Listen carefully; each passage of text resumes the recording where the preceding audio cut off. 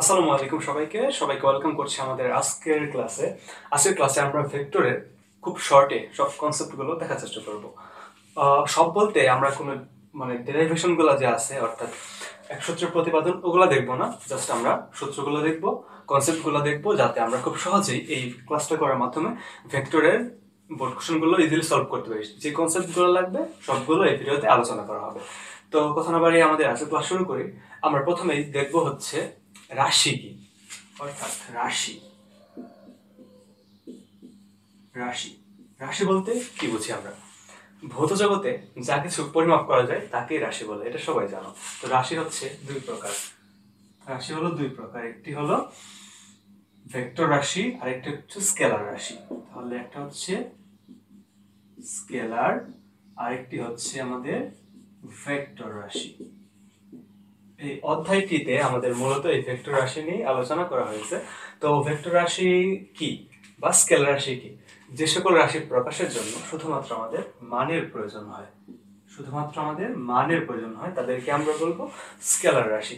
আর vector রাশি কি? যে সকল রাশিকে প্রকাশের জন্য মান এবং দিক উভয়ের প্রয়োজন হয়, মানও প্রয়োজন হয় আবার দিকও প্রয়োজন হয়, সে সকল রাশিকে আমরা বলবো হচ্ছে ভেক্টর রাশি। তো আমরা আজকে আমাদের ক্লাসের মূল আলোচনা হচ্ছে ভেক্টর রাশি নিয়ে। তো আমরা এখন ভেক্টর রাশির বিভিন্ন প্রকারভেদ দেখব। এই ভিডিওটা যারা দেখতেছো সবাই আশা করি ভেক্টর পরে আসছো, সব ধারণা আছে, জাস্ট আমরা একটা ওভারভিউ দেখবো আজকে। তো আমাদের ভেক্টর রাশির যে প্রকারভেদগুলো তার মধ্যে যদি আমরা প্রথম প্রকার দেখি, মানে যে কয়েকটা ভাবে আমরা ভেক্টর রাশিকে দেখতে পারি আর কি। তো আমরা যদি সাদৃশ ভেক্টর দেখি, যে সাদৃশ ভেক্টর,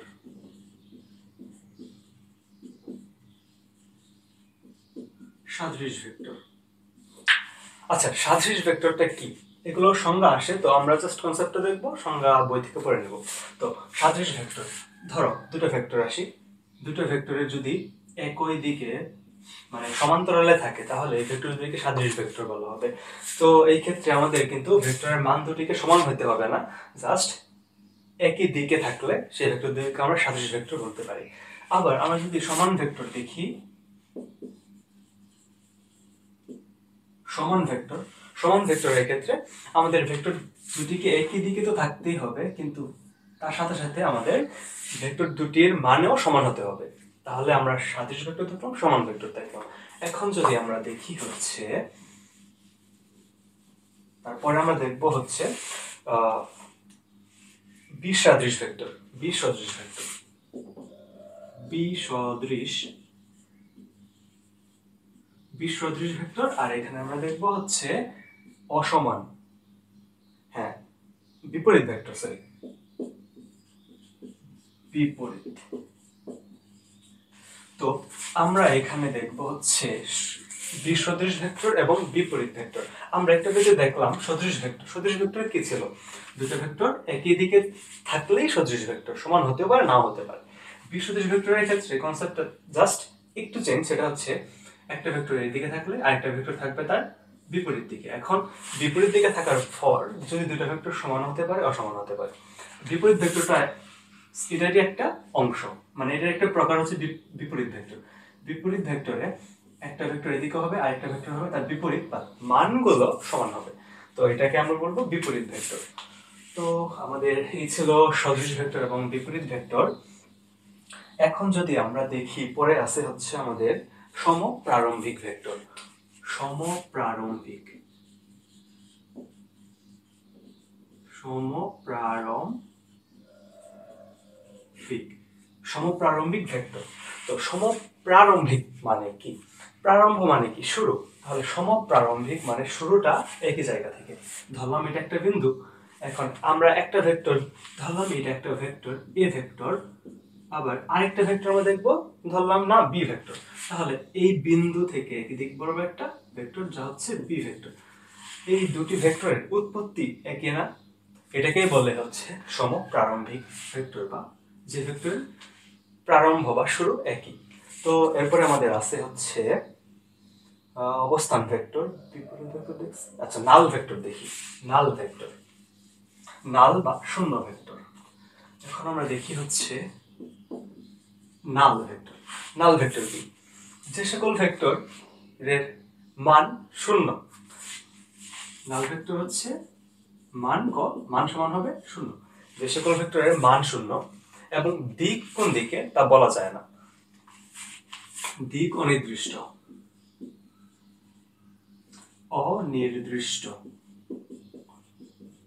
অর্থাৎ যে সকল ভেক্টরের মান 0, দিক অনির্দিষ্ট, তাদেরকে আমরা বলবো হচ্ছে নাল ভেক্টর। তো ধরলাম এখানে একটা ফুটা দিছি, নাল ভেক্টর মান 0, তার মানে ওর দৈর্ঘ্য নাই, মান নাই। তো জাস্ট চিন্তা করো একটা জিনিস, যার কোনো মানই নাই সে কোন দিকে তা কিন্তু আমরা বের করতে পারবো না, তাই নাল ভেক্টরের মান 0, দিক অনির্দিষ্ট। এই ছিল আমাদের ভেক্টর। এখন আমরা যদি দেখি অবস্থান ভেক্টর। তোমরা সবাই স্থানাঙ্ক ব্যবস্থার সাথে পরিচিত। আমাদের জানা স্থানাঙ্ক ব্যবস্থা হচ্ছে দ্বিমাত্রিক স্থানাঙ্ক ব্যবস্থা, ত্রিমাত্রিক স্থানাঙ্ক ব্যবস্থা। তো দ্বিমাত্রিক কোনটা, যেটা কি জানি বলে হচ্ছে 2D, আর ত্রিমাত্রিক হচ্ছে 3D। তো আমাদের ত্রিমাত্রিক স্থানাঙ্ক ব্যবস্থায় দেখো, এখানে আমরা যদি 3টা অক্ষ কল্পনা করি, এটা আমাদের x অক্ষ, এটা আমাদের y অক্ষ, এটা আমাদের z অক্ষ। আমাদের এখানে 3টি অক্ষ আমরা কল্পনা করলাম। তো আমাদের যদি বলা হয় যে অবস্থান ভেক্টর বলতে কি বোঝায়, তখন আমরা কিভাবে তা বুঝতে পারবো। দেখো, আমরা ত্রিমাত্রিক স্থানাঙ্ক ব্যবস্থায় যে কোনো একটা বিন্দু ধরলাম এই একটা বিন্দু, এই বিন্দুর যদি আমরা স্থানাঙ্কগুলো লিখলাম a, b, c, এর একটা স্থানাঙ্ক বা এটার মানগুলো হচ্ছে, মানে এই বিন্দুকে যদি আমরা লিখি a, b, c দিয়ে, তাহলে আমাদের যদি বলা হয় যে অবস্থান ভেক্টরটা কি হবে, আমাদের মূল ত্রিমাত্রিক স্থানাঙ্ক ব্যবস্থায় এখানে এই বিন্দুটার মান কিন্তু এখানে সবগুলোর 0, x, y, z সবগুলোর মানে কিন্তু এখানে হবে 0। তাহলে মূল বিন্দু, এটা হচ্ছে মূল বিন্দু। তাহলে মূল বিন্দু থেকে কোনো একটা বিন্দু পর্যন্ত যে দূরত্বটা, অর্থাৎ সরণটা ঘটে, তাই কিন্তু হবে আমাদের অবস্থান ভেক্টর। অর্থাৎ মূল বিন্দু থেকে কোনো একটা বিন্দুর, মূল বিন্দু থেকে তুমি একটা বিন্দু পর্যন্ত একটা রেখা টানবা, সেই রেখাটা যে ভেক্টরকে নির্দেশ করবে সেটাই হবে আমাদের অবস্থান ভেক্টর। তাহলে ত্রিমাত্রিক স্থানাঙ্ক ব্যবস্থায় মূল বিন্দু সাপেক্ষে কোনো একটা ভেক্টরের অবস্থান নির্ণয় করতে, মূল বিন্দু সাপেক্ষে কোনো একটা বিন্দুর অবস্থান বোঝাতে আমরা যে ভেক্টরটা ব্যবহার করি তাকে আমরা বলবো হচ্ছে কি অবস্থান ভেক্টর। তো আশা করি সবাই বুঝতে পারছো। আবার বলি, যে কোনো একটা স্থানাঙ্ক ব্যবস্থায় মূল বিন্দু সাপেক্ষে কোনো একটা বিন্দু আমরা কি ধরছি, এখানে এ বি সি, এখানকার এ বি সি, এক্স অক্ষ বরাবর এ, ওয়াই অক্ষ বরাবর বি, জেড অক্ষ বা জেড এর মান এখানে সি। তো এই বিন্দুটা এই মূল বিন্দু সাপেক্ষে কই আছে এটা নির্ণয় করতে বা এটা বুঝতে, যে ভেক্টরটা আমরা যদি মূল বিন্দু থেকে এই পর্যন্ত একটা ভেক্টর রাখি, যে ভেক্টর দিয়ে এটা বোঝাবে সেটাই হবে আমাদের অবস্থান ভেক্টর। তো আশা করি অবস্থান ভেক্টর সবাই ক্লিয়ার। অবস্থান ভেক্টর নিয়ে কিছু বিস্তারিত আমাদের পড়তে হবে, তা আমরা একটু পরে দেখব। তো আশা করছি সবাই এই পর্যন্ত ক্লিয়ার। তো আমাদের পরের টপিক আছে ত্রিভুজ সূত্র। ত্রিভুজ সূত্র কথাটার মধ্যে ত্রিভুজ আছে, আমরা ত্রিভুজ আঁকি একটা, ধরে নিলাম এটা একটা ত্রিভুজ, ধরে নিব কেন, আসলে এটা ত্রিভুজ এ বি সি, একটা ত্রিভুজ। এখন আমাদের ত্রিভুজ সূত্রটা কি বলছে, যদি কোনো ত্রিভুজের, আচ্ছা দেখো এখান থেকে দেখি, যদি একটি ত্রিভুজের দুটি সন্নিহিত বাহু দ্বারা মান ও দিকে একই ক্রমে দুটি ভেক্টরকে প্রকাশ করা হয়। দেখো এখানে বলছে যদি কোনো ত্রিভুজের দুটি সন্নিহিত বাহু দ্বারা একই ক্রমে, ও মানে যদি দুটি ভেক্টরকে প্রকাশ করা হয়, তাহলে যদি একটি ত্রিভুজের, এটা একটা ত্রিভুজের দুটি সন্নিহিত বাহু, ধরে নিলাম আমরা হচ্ছে এইটা এবং এইটা হচ্ছে সে আমাদের সন্নিহিত বাহু, কারণ পাশাপাশি যে সন্নিহিত কাছাকাছি থাকে যায়, তাহলে এটা সন্নিহিত, এটা ওইটা সন্নিহিত, আমরা ধরে নিলাম এই দুইটা। তাহলে যদি একটা ত্রিভুজের দুটি সন্নিহিত বাহু দ্বারা একই দিকে, একই দিকে ক্রমে, ধরো এটা যদি এই দিকে হয় তাহলে এটা আবার এই দিকে হবে না, এই দিকেই হবে। তো নির্দিষ্ট মান থাকবে তাদের একটা একই ক্রমে, মানে এদিক থেকে গেলে এদিকে যাবে।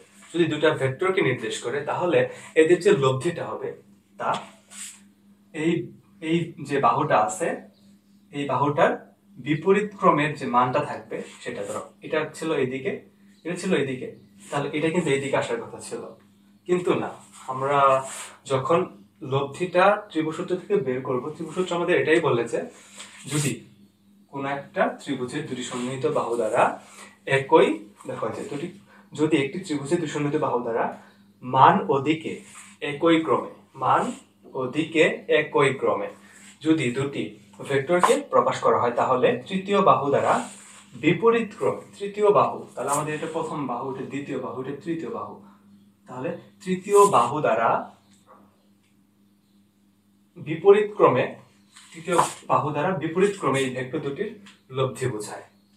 আশা করি বুঝতে পারছো।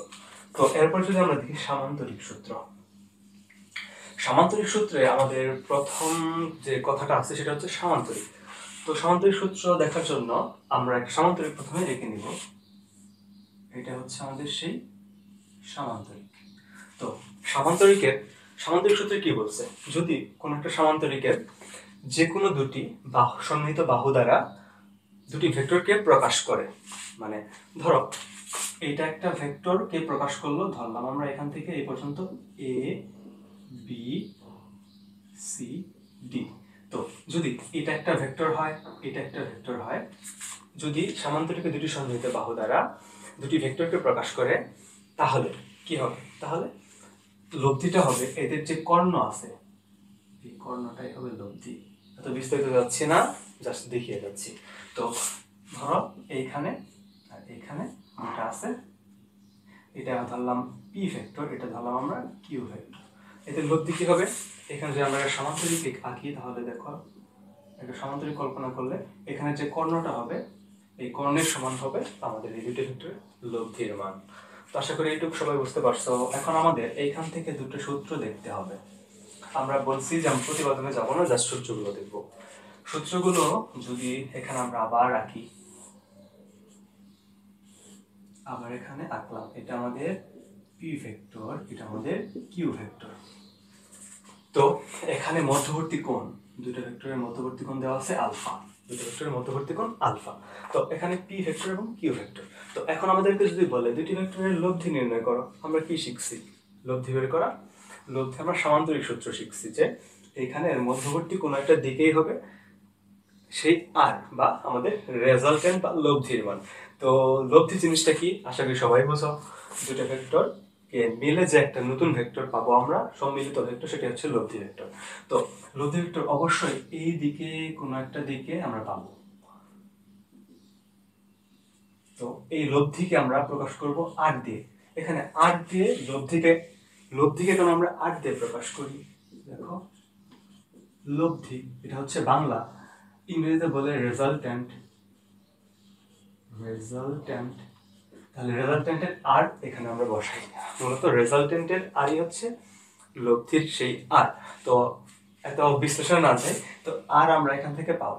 তো এখন আমাদের প্রশ্ন আসতে পারে আর এর মান আমরা কিভাবে বের করবো, আমরা সরাসরি সূত্র দেখবো, সেই সূত্রটা আমরা আর এর মান বের করবো।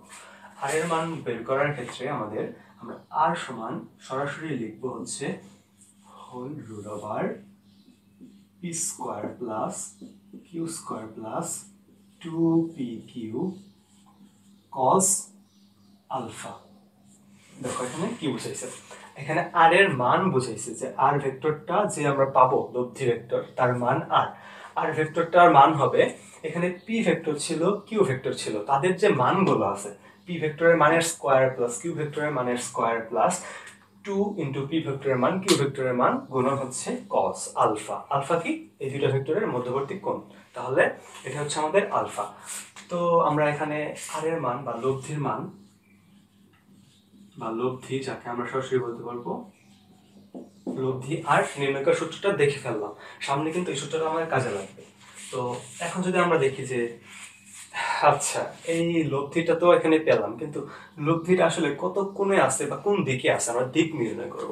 দিক নির্ণয়ের ক্ষেত্রে আমাদের সূত্র একটা ইউজ করি, সেটা হচ্ছে ধরলাম আমরা পি এর সাথে এই আরটা এখানে থিটা কোণ উৎপন্ন করে আছে, এর সাথে এখানে 8টা থিটা কোণ উৎপন্ন করে আছে।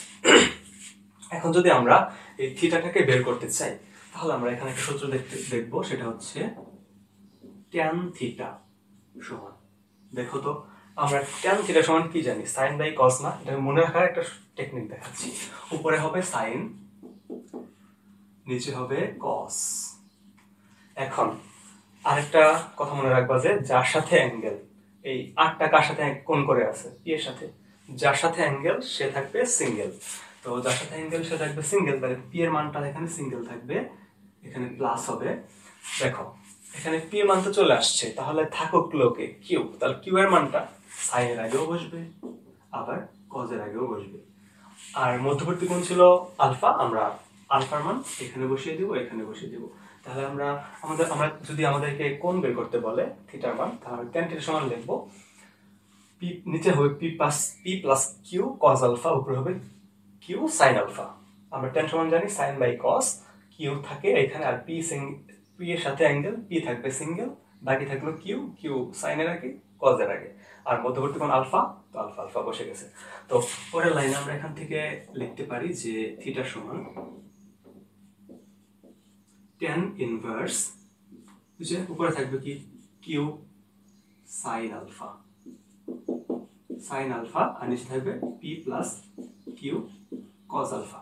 এখন প্রশ্ন আসতে পারে মনে যে আমাদের যদি কিউ এর সাথে কোণ বের করতে বলতো তাহলে কি করতাম, জাস্ট আমরা কিউ এর যে মান যার সাথে অ্যাঙ্গেল সে থাকবে সিঙ্গেল, তাহলে কিউ এর মান থাকবে সিঙ্গেল, পি এর জায়গায় কিউ কে বসিয়ে দিতাম, আর বাকি ক্ষেত্রে এখানে কিউ এর জায়গায় পি কে বসিয়ে দিতাম, আর আলফার মান তো আলফাই। তো আমরা এভাবে বের করে ফেলতে পারতাম খুব ইজিলি। তো আমরা এখান থেকে দুটো সূত্র পাইছি, দুটো সূত্র খুব ইম্পর্ট্যান্ট, থিটা সমান এই সূত্রটা আর আমাদের লব্ধি বের করার এই সূত্রটা আমাদের জন্য খুব খুব খুব ইম্পর্ট্যান্ট। সবগুলো মধ্যে এই সূত্রটি ইউজ হবে, আশা করি সবাই বুঝতে পারছো।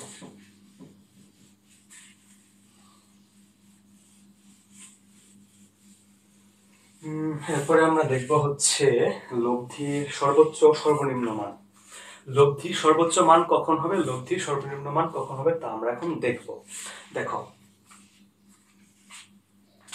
ধরো তুমি এখানে একটা বস্তু রাখা আছে, একটা বস্তু রাখা আছে, তো এই বস্তুটাকে একটা মানে দুটো দড়ি বাঁধা আছে এখানে, এইদিকে একটা দড়ি আর একটা দড়ি হচ্ছে এইদিকে। ধরো তুমি এই দড়িটাকে 5 নিউটন বলে টানছো এদিকে, 5 নিউটন, তোমার বন্ধু এটাকে এই দিক বরাবর 3 নিউটন বলে টানছে। এখন তোমরা যদি মানে তোমার শক্তি হচ্ছে 5 নিউটন, তুমি সর্বোচ্চ 5 নিউটন বলে এই বস্তুটাকে টানতে পারো, আর তোমার বন্ধু এই বস্তুটাকে 3 নিউটন সর্বোচ্চ বলে টানতে পারবে। এখন তোমাদেরকে যদি বলা হয় তোমরা দুজনে বস্তুটাকে সরাও, তোমরা সর্বোচ্চ শক্তিতে দুজন মানে সর্বোচ্চ বল প্রয়োগ করে দুজন টানবে, সেই ক্ষেত্রে তোমরা কি অ্যাঙ্গেল করে টানবে নাকি একদিকে যা টানবে না বিপরীত দিক থেকে টানবে? কি করবা, কমন সেন্স বলো তো। ধরো তুমি এদিক বরাবর টানতেছো, তোমার বন্ধু 3 নিউটন বলে এদিক বরাবর টানলো, তাহলে কি বস্তুটা এদিক সরবে? আমাদের উদ্দেশ্য কি ছিল, এদিক সরানো? তাহলে অবশ্যই আমরা এদিক বরাবর টানবো না, আমরা ওই ধনাত্মক দিকেই টানবো। তো ধনাত্মক দিকে যদি আমরা অ্যাঙ্গেল করে টানি, আমরা একটু আগে বললাম লব্ধিটা এর মাঝখান বরাবর কোনো একটা দিকে হবে, আর লব্ধি যখন হয়ে যাবে তখন অবশ্যই মান দুটার যোগফলের থেকে কিছু একটা কম হবে। আমাদের যখন সর্বোচ্চ মান বের করতে বলবে তখন আমরা কিন্তু একই দিকে টানবো। দেখো একই দিকে টানবো, আমি ওই দিকে টানবো, আমার বন্ধু ওই দিকে টানবো, 3 নিউটনে টানবে। তাহলে আমাদের সর্বোচ্চ মানের ক্ষেত্রে দুটা ভেক্টর যদি সর্বোচ্চ মান বের করতে বলে তাহলে আমরা একটা সেম দিকে দুইটাকে টানবো। তাহলে যদি আমাদের সেম দিকে টানি তাহলে এদিকে আমাদের 5 নিউটন ছিল, আবার এইখান থেকে এইদিকে 3 নিউটন, তাহলে আমাদের মোট এখানে কত নিউটন বল? মোট এখানে আমাদের হবে 5 আর 3 8 নিউটন, 5 যোগ 3 এখানে হবে 8 নিউটন। এখন বলতে পারো একটু আগে তো বললেন যে 5 আর 3 সরাসরি ভেক্টর যোগ হবে না, তো এখানে আমরা 5 আর 3 8 নিউটন কেন বললাম? আমরা একটু আগে পড়ছি কি ওই যে লব্ধির মান নির্ণয়ের জন্য আর এর সূত্র, আর সমান root over P square plus Q square two P Q cos alpha. তাহলে পি এর মান কত ছিল? পি এর মান আমরা যদি ধরি 5 square plus 3 square plus 2 into 5 into 3 cos আলফার মান কত? দুইটার মধ্যবর্তী কোণ যদি একই দিকে থাকে তাহলে মধ্যবর্তী কোণ কত হবে? মধ্যবর্তী কোণ হবে 0 ডিগ্রি। তাহলে cos 0 ডিগ্রি, cos 0 ডিগ্রির মান কত? cos 0 ডিগ্রির মান হচ্ছে 1। তাহলে এইখানে জাস্ট হয়ে যাবে 1। তাহলে এটা থাকলো না এখানে। এখানে কত হবে? 25 রুট ওভার 5 5 25 প্লাস 9 প্লাস 5 2 10 3 10 30। তাহলে যদি আমরা হিসাব করে ফেলি 25 প্লাস 9 প্লাস 30, 25 প্লাস 9 প্লাস 30 হবে রুট ওভার 64। আর রুট ওভার 64 সমান আমরা কি জানি? সেটা হচ্ছে 8। এখান থেকে কিন্তু চলে আসলো সেই 8। তাহলে আমাদের যদি টি মানে আর এর ম্যাক্সিমাম মান অর্থাৎ লব্ধির সর্বোচ্চ মান বের করতে বলে, যদি আমাদেরকে বলে যে আর ম্যাক্স নির্ণয় করতে, আর ম্যাক্স নির্ণয় করতে বললে আমরা কিভাবে নির্ণয় করব? আমরা তখন জাস্ট দুইটা বল থাকলে দুইটা বলকে সরাসরি যোগ করে দেব। কেন যোগ করে দেব? কারণ আমরা একই দিকে দুইটা বলকে প্রয়োগ করব, যার ফলে দুইটা বলের লব্ধি লব্ধি ওই বল দুটার দিকেই হবে। মানে দুইটা বলের মাঝখানে, দুইটা ভেক্টরের মাঝখানে মধ্যবর্তী কোণ হবে 0 ডিগ্রি। তাহলে আমরা এখান থেকে কি দেখতে পারলাম? আরে বেশি ডিপে চলে যেতেছি, শর্ট ক্লাস। আচ্ছা, এরপরে কম ডিপে যাবো। তো আমাদের আর ম্যাক্সিমামের ক্ষেত্রে আমরা আলফার মানটা কত দেখবো? আলফার মানটা হবে আমাদের 0 ডিগ্রি।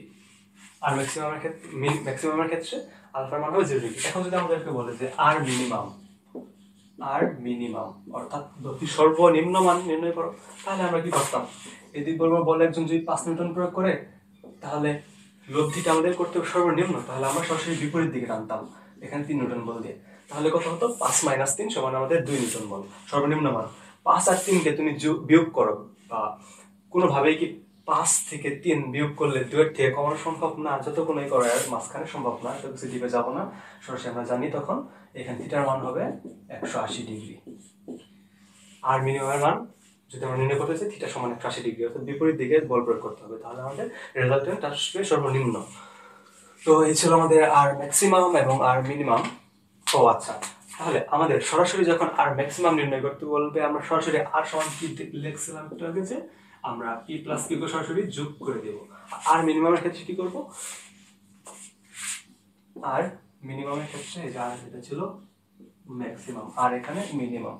আর মিনিমামের ক্ষেত্রে কি লিখবো? আর মিনিমামের ক্ষেত্রে লিখবো হচ্ছে দুইটার মধ্যে যে অন্তর, অর্থাৎ যে পি এদের এর মধ্যে যে পার্থক্যটা, সেটাই হবে আমাদের আর মিনিমামের মান। আশা করি আর ম্যাক্সিমাম আর মিনিমাম বুঝে গেছো।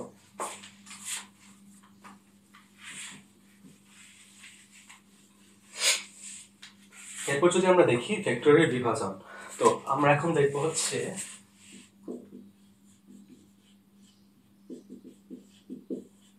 ভেক্টরের বিভাজন। এতক্ষণ আমরা কি করলাম? এতক্ষণ করছি হচ্ছে দুইটা ভেক্টর একত্র করে নতুন একটা ভেক্টর পাইছিলাম। এখন আমরা করব কি, যে আমরা নতুন যে ভেক্টরটা পাইছিলাম সেই ভেক্টরকে আমরা ভাগ করে দেব, অর্থাৎ ভেক্টরের বিভাজন আমরা এখন দেখব। তো ধরলাম আমাদের এইদিকে একটা ভেক্টর আছে, ভেক্টরটা হচ্ছে আর। আমরা এখন কি করব? ভেক্টরটাকে বিভাজন করব, অর্থাৎ যে কোনো দিকে আমরা দুইটা ভেক্টর, মানে কি ছিল, দুইটা ভেক্টরের রেজাল্টেন্ট ছিল আর, তাহলে আর কে আমরা যে কোনো দুটো দিকে লিখতে পারি। ধরলাম এইদিকে একটা লিখলাম, এইদিকে একটা লিখলাম, তাহলে আর কে আমরা এইটা এবং এইদিকে ভাগ করে ফেললাম। তো আমরা কিভাবে এটা নির্ণয় করতে পারবো? একটা সূত্র আছে, সরাসরি সূত্র হচ্ছে, এটাকে যদি আমরা পি ধরি, পি ভেক্টর, এটাকে যদি আমরা কিউ ভেক্টর ধরি, এটা যদি আর ভেক্টর ধরি, বিস্তারিত যাবো না, আমরা জাস্ট সূত্রগুলো দেখবো। সূত্র সরাসরি লিখতে পারবো আমরা পি সমান সাইন আলফা প্লাস বিটা।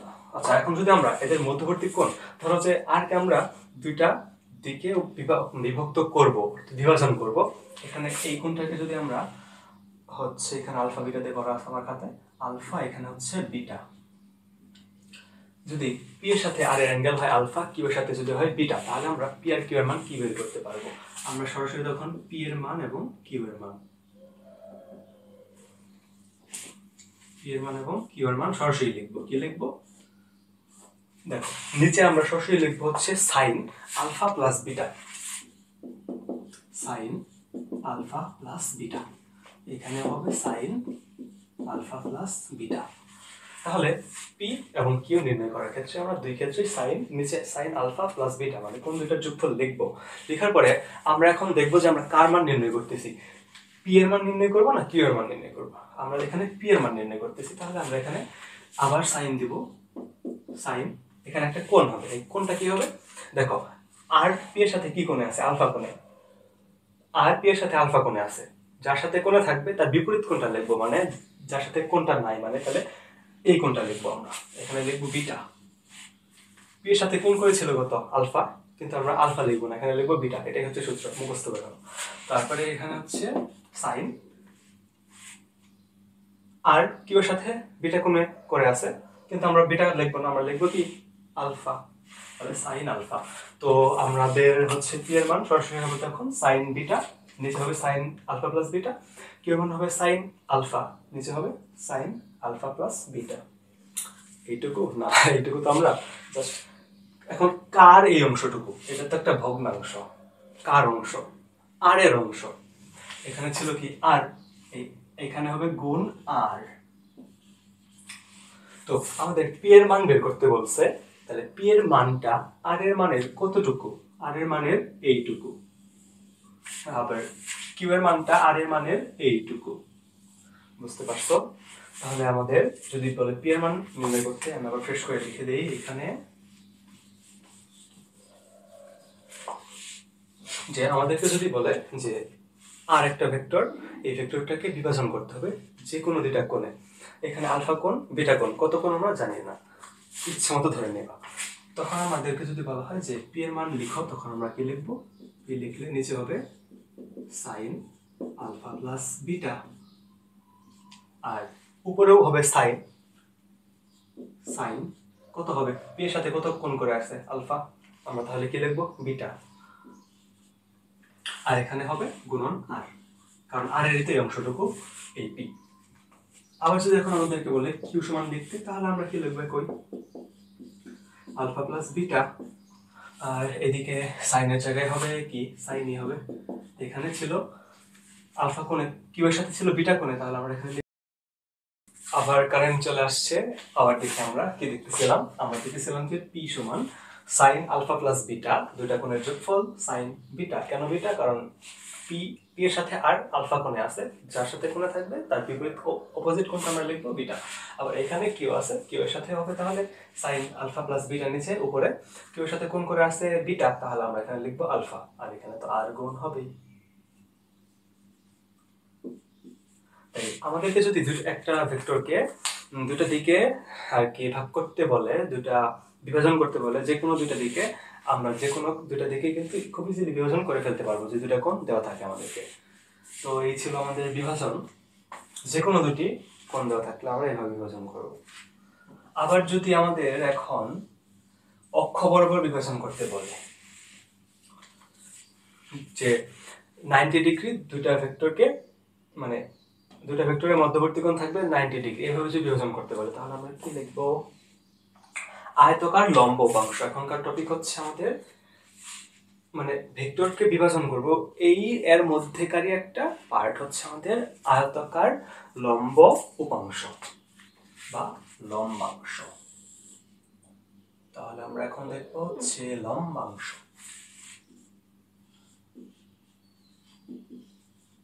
আয়তাকার লম্ব উপাংশ, আমাদের এখনকার কনসেপ্ট হচ্ছে আয়তাকার লম্ব উপাংশ। তো আমাদের আয়তাকার লম্ব উপাংশ কি বলছে, সাপোজ এখানে একটা ভেক্টর দেওয়া আছে, ভেক্টরকে আমরা আর দিয়ে লিখবো, যেহেতু লব্ধি আমরা এটাতেই অভ্যস্ত। এখন আমরা ভাঙবো, আর কে ভাঙবো, কিন্তু যে কোনো দিকে না, এই ক্ষেত্রে আমাদের কোন দুটোর যোগফল হবে 90 ডিগ্রি, অর্থাৎ পি প্লাস কিউ হবে 90 ডিগ্রি, কারণ এখানে হচ্ছে আয়তাকার লম্ব উপাংশ, অর্থাৎ আয়তের কোণগুলো থাকে 90 ডিগ্রি। তাহলে আয়তের দুটি বাহুর মধ্যবর্তী কোণ 90 ডিগ্রি হলে ভেক্টর দুটোর মাঝখানে কোণ 90 ডিগ্রি হতে হবে। তো আমরা এখানে 90 ডিগ্রি অ্যাঙ্গেলে ভাঙবো, অর্থাৎ দুইটা অ্যাঙ্গেলের যোগফল, অর্থাৎ আর কে আমরা যে দুটি ভেক্টরে বিভাজন করব তাদের যোগফল হতে হবে কি 90 ডিগ্রি। আগের ভেক্টরের ক্ষেত্রে কিন্তু কোনো লিমিটেশন ছিল না।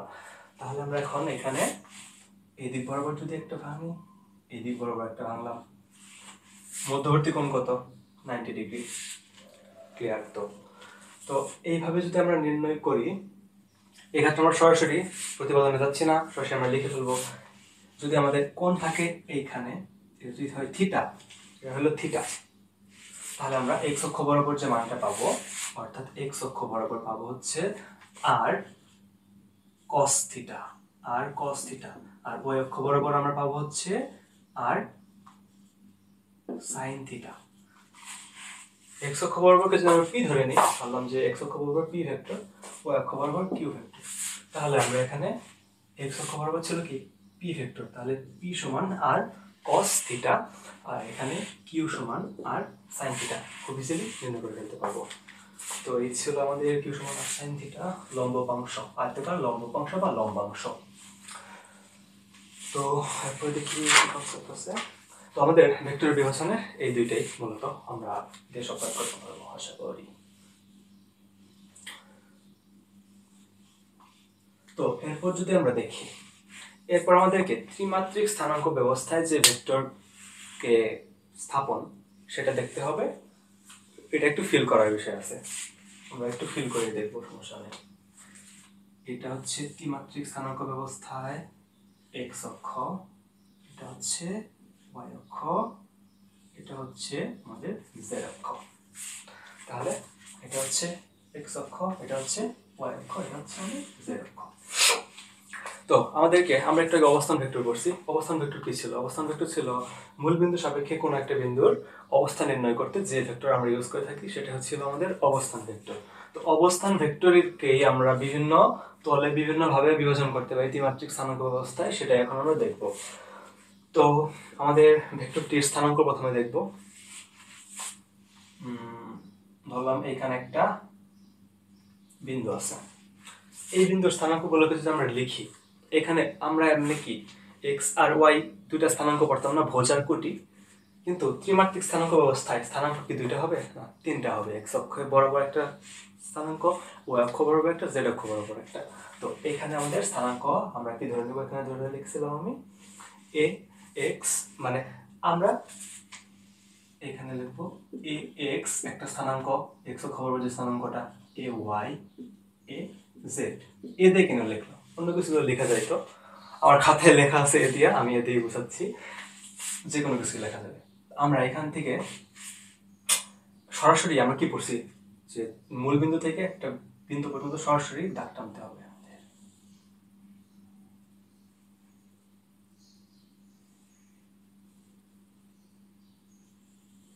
এখানে ছিল আমাদের সেই বিন্দুটা। তো আমরা যদি সরাসরি একটা ভেক্টর আঁকি, এটা সেই ভেক্টর, এটা হচ্ছে সেই ভেক্টরের দিক। তো এখন আমরা যে ভেক্টরটা পেলাম সেটা হচ্ছে আমাদের ত্রিমাত্রিক স্থানাঙ্ক ব্যবস্থার অবস্থান ভেক্টর। এটা কিভাবে হলো এদিকে, এখন আমরা আমাদের এক্স অক্ষ বরাবর মান কি ছিল, এ এক্স, এক্স অক্ষ বরাবর আমরা যাবো প্রথমে মূল বিন্দু থেকে হাঁটা শুরু করলাম। সাপোজ আমরা যদি এক্স অক্ষ বরাবর যাই এ এক্স পরিমাণ, তাহলে এই দিক থেকে এদিকে এদিকে গেলাম, এদিকে হচ্ছে এই যে এই পর্যন্ত, এইটুকু হবে আমাদের এ এক্স, অর্থাৎ এর এক্স অক্ষ বরাবর যে অংশটুকু সেটা কিন্তু হচ্ছে আমাদের এদিকে এ এক্স। আমাদের এরপর আমরা দেখবো A Y, A Y, Y অক্ষ কোন দিকে, এদিকে, তাহলে এ ওয়াই যে মানটা সেটা কোন দিকে হবে, সেটা হবে ওই দিকে। কিন্তু আমাদেরকে আমরা যদি সরাসরি ওইখানে যেতে পারবো না, আমাদের সেজন্য এ জেড দিয়েও আসতে হবে। তো সেটা কিভাবে আসবো,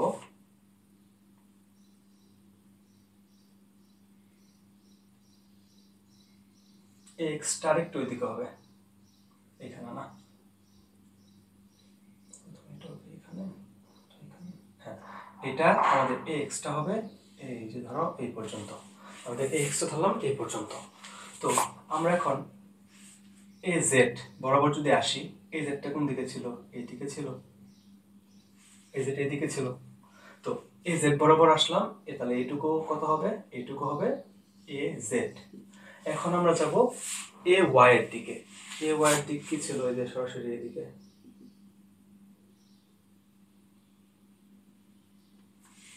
তাহলে আমরা প্রথমে গেলাম x অক্ষ বরাবর ax, তারপরে আমরা গেলাম কি az অক্ষ বরাবর আসছিলাম, পরে আবার y অক্ষ বরাবর গেলাম। এভাবে না করে অন্যভাবেও করা যায়, যেমন আমরা প্রথমে x অক্ষ বরাবর যাব, তারপরে আমরা y অক্ষ বরাবর ওইটা সমান করে যাব, যে পরে আমরা z অক্ষ সমান উঠবো।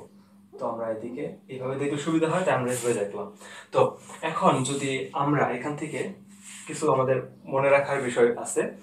তো এটা তো ছিল আমাদের বিন্দুটা যদি থাকে, তাহলে এখান থেকে আমরা অবস্থান ভেক্টরটা নির্ণয় করব। অবস্থান ভেক্টরটা কি? অবস্থান ভেক্টর আমাদের এটা হচ্ছে ও বিন্দু, এটা হচ্ছে এ বিন্দু।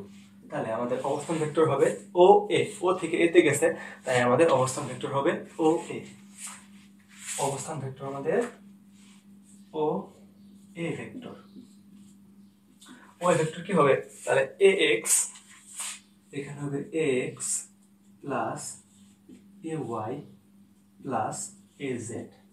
আচ্ছা দেখো তো, এ এক্স এটা কি মান না, এ ওয়াই এটা কি মান, এ জেড এটাও মান।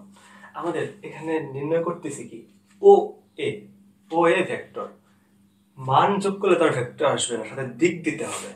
তাহলে আমরা এক্স এর দিক দেব, এ ওয়াই এর দিক দেব, এ জেড এর দিক দেব।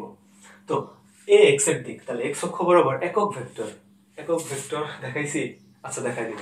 তো এক্স অক্ষ বরাবর একক ভেক্টর হচ্ছে আই ক্যাপ দিয়ে প্রকাশ করি আমরা, ওয়াই অক্ষ বরাবর একক ভেক্টরকে জে ক্যাপ দিয়ে প্রকাশ করি, জেড অক্ষ বরাবর একক ভেক্টরকে আমরা কে ক্যাপ দিয়ে প্রকাশ করি। তাহলে এই ক্ষেত্রে আমাদের এক্স এখানে হবে আই ক্যাপ, এ ওয়াই এখানে হবে জে ক্যাপ, আর এ জেড এখানে হবে কে ক্যাপ। তো এই ছিল আমাদের ওয়ে ভেক্টর, ওয়ে অবস্থান ভেক্টর। তো আমরা এখন একটা কনসেপ্ট দেখে আসি যে ভেক্টরের মান নির্ণয়।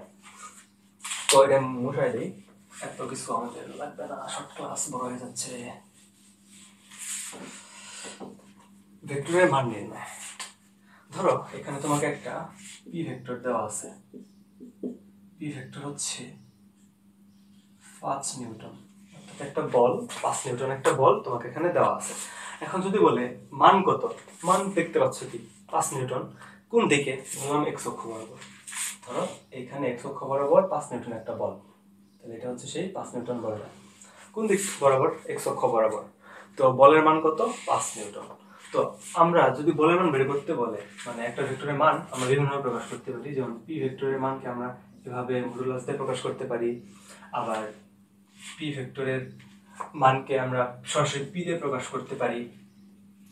এভাবে মানগুলোকে প্রকাশ করা যায় দুইটা সিস্টেমে।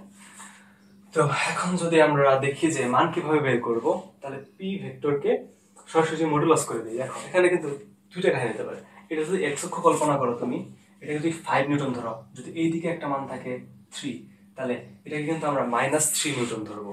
কিন্তু আমরা যখন মডুলাস করব তখন কি আমরা মাইনাস নিব? মাইনাস তো নিব না, তখন শুধু প্লাস মানটা নেব, সেই জন্য আমরা মডুলাস। আর মডুলাস দিয়ে মূলত কি বোঝায়? মডুলাস দিয়ে বোঝায় যে 0 থেকে কত একক দূরে আছে। তাহলে এটা যদি হয় মূল বিন্দু, মূল বিন্দু থেকে এই বিন্দু, এই রেখাটা কত বিন্দু দূরে আছে? 3 একক। 3 একক দূরে আছে দেখে আমাদের সেই মানটা হবে 3, মাইনাস কিন্তু এখানে আসবে না, তো টিপে যাচ্ছি না। তো আমরা এখানে যদি মান বের করতে বলে, এটা যদি -3 নিউটন হয়, এটা 5 নিউটন, আমাদেরকে যদি এটা হলে আমরা কিউ ভেক্টর যদি ধরি, এটাকে সমান কিউ ভেক্টর। তো আমাদেরকে যদি বলে পি ভেক্টরের মান নির্ণয় করো, আমরা কি লিখবো?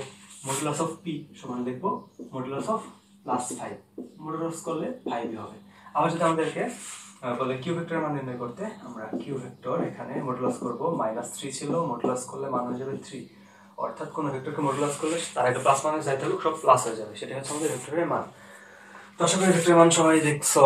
এখন আমরা যদি দেখি যে একক ভেক্টর মূলত কি, এখন আমরা একক ভেক্টর কনসেপ্ট দেখে দেন আবার সেই স্থানাঙ্ক ব্যবস্থায় ফিরে যাব, ত্রিমাত্রিক স্থানাঙ্ক ব্যবস্থা। আমাদের একক ভেক্টর মূলত কি? এক্স অক্ষ বরাবর, ওয়াই অক্ষ বরাবর বা জেড অক্ষ বরাবর, ত্রিমাত্রিক স্থানাঙ্ক ব্যবস্থায় যে কোনো অক্ষ বরাবর একটা ভেক্টরকে তার মান দিয়ে ভাগ করলে যে ভেক্টর পাওয়া যায় তাকে আমরা বলবো একক ভেক্টর। ধরো এখানে এক্স অক্ষ বরাবর আমাদের ভেক্টর কি ছিল? পি ছিল। পি এর মান কত? পি এর মান হচ্ছে মডুলাস অফ পি বা পি, তাহলে মান হবে পি। এখন আমাদেরকে যদি বলে একক ভেক্টর নির্ণয় করতে, একক ভেক্টরকে আমরা কি দিয়ে প্রকাশ করব? ক্যাপ দিয়ে, পি ক্যাপ। তাহলে পি এর দিকে একক vector P cap, P cap, P cap কি দিয়ে প্রকাশ করব আমরা? কোন একটা ভেক্টরকে তার মান দিয়ে ভাগ করলে যে ভেক্টর পাওয়া যায় তাকে আমরা বলবো একক ভেক্টর। তাহলে আমাদের সেই ক্ষেত্রে আচ্ছা একক ভেক্টরই লিখে দিই এখানে, একক ভেক্টর। দেখো কোন একটা ভেক্টরকে তার মান দিয়ে ভাগ করব, ভেক্টর কি ছিল, পি ছিল, ভাগ করব কি দিয়ে, তার মান দিয়ে, তার মান হচ্ছে পি, বা এখানে যদি আমরা এভাবে লিখি তাও মান, এটা হবে আমাদের কি একক ভেক্টর। তো এই ছিল আমাদের একক ভেক্টর। আর এক্স অক্ষ বরাবর যদি একক ভেক্টর হয় সেক্ষেত্রে পাওয়া যায় এখানে এটাকে প্রকাশ করা যাবে কি দিয়ে, পি ক্যাপ দিয়ে। এটাকে আমরা পি ক্যাপ দিয়ে প্রকাশ করতে পারবো যে পি এক্স অক্ষ বরাবর যদি ভেক্টরটাকে ধরে আমরা পি, তাহলে সেই দিকে একক ভেক্টর হবে পি ক্যাপ। কিন্তু এটা যে কোনো দিকে আমরা এভাবে লিখতে পারবো, কিন্তু যদি প্রশ্ন আসে এক্স অক্ষ, ওয়াই অক্ষ, জেড অক্ষ, তখন আমরা সাধারণ সবাই একটা জিনিস ইউজ করে থাকি, সেটা হচ্ছে এক্স অক্ষ বরাবর যদি হয় তখন আমরা আই ক্যাপকে ইউজ করি একক ভেক্টর হিসেবে, ওয়াই অক্ষ বরাবর হলে জে ক্যাপকে ইউজ করি, জেড অক্ষ বরাবর হলে কে ক্যাপকে ইউজ করি। তো এইভাবে আমরা একক ভেক্টরগুলোকে ইউজ করে থাকি। একক ভেক্টরের কাজ কি, কোন একটা ভেক্টরের দিক নির্দেশ করা। ধরলাম এক্স অক্ষ বরাবর 5 নিউটন বল এক্স অক্ষ বরাবর প্রয়োগ করছো, তাহলে সেক্ষেত্রে আমরা বুঝবো কিভাবে যে এক্স অক্ষ বরাবর প্রয়োগ করছো, তখন আমরা 5 এর সাথে আই ক্যাপ গুণ করে দিব, অর্থাৎ 5 আই ক্যাপ, মানে আমরা তখন বুঝবো যে 5 নিউটন বল এক্স অক্ষ বরাবর আছে। আবার যদি থাকে যে 7 কে ক্যাপ, তখন আমরা এখানে কি বুঝবো, আমাদের বলে দিতে হবে না যে আসলে কোন দিকে আছে, তখন আমরা বুঝে নিব যে একটা ভেক্টর আছে যার মান হচ্ছে 7 নিউটন এবং মূল বিন্দু থেকে সেই ভেক্টরটা হচ্ছে জেড অক্ষ বরাবর। এটা কিন্তু আমরা বুঝবো খুব ইজিলি, সবাই তো ভালো কথাই বলতেছি এগুলো। তো হচ্ছে আমাদের ভেক্টরের মান, আমরা একটা কি দেখছিলাম, ত্রিমাত্রিক স্থানাঙ্ক ব্যবস্থায় একটা ভেক্টর দেখছিলাম ও এ ভেক্টর, এই ভেক্টরটা ছিল ax i cap ay z cap plus az K cap, এই ছিল আমাদের সেই ত্রিমাত্রিক স্থানাঙ্ক ব্যবস্থার ভেক্টরটা। এখন যদি আমাদেরকে বলে যে ও এ এর মান নির্ণয় করো, মান কিভাবে নির্ণয় করব, আমরা কি জানি শিখছি যে মডুলাস দিয়ে দেবো, মডুলাস দিলে আমরা এখান থেকে মান নির্ণয় করতে পারবো, সরাসরি সূত্র আছে, সেই সূত্র দিয়ে মান বের করে ফেলবো। আমরা রুট ওভার দেব, root over ax square plus ay square plus az square. ভাই এই মান কিভাবে আসছে, এটা আছে, এটা হচ্ছে ত্রিমাত্রিক স্থানাঙ্ক অবস্থা আঁকাইছিলাম না একটু আগে, ওইখান থেকে দুটো করে যোগ করে এই মান আসা যায়। আমরা এত ডিপে যাবো না, শর্ট ক্লাস তাই বেশি বড় হয়ে গেছে। এই ছিল আমাদের ও এর ভেক্টরের যে মান। এরপর যদি আমাদেরকে বলে যে ও এ ভেক্টরটা এক্স ওয়াই তলে হচ্ছে ভেক্টরটির মান কত, একটা আঁকাইতে হবে আবার।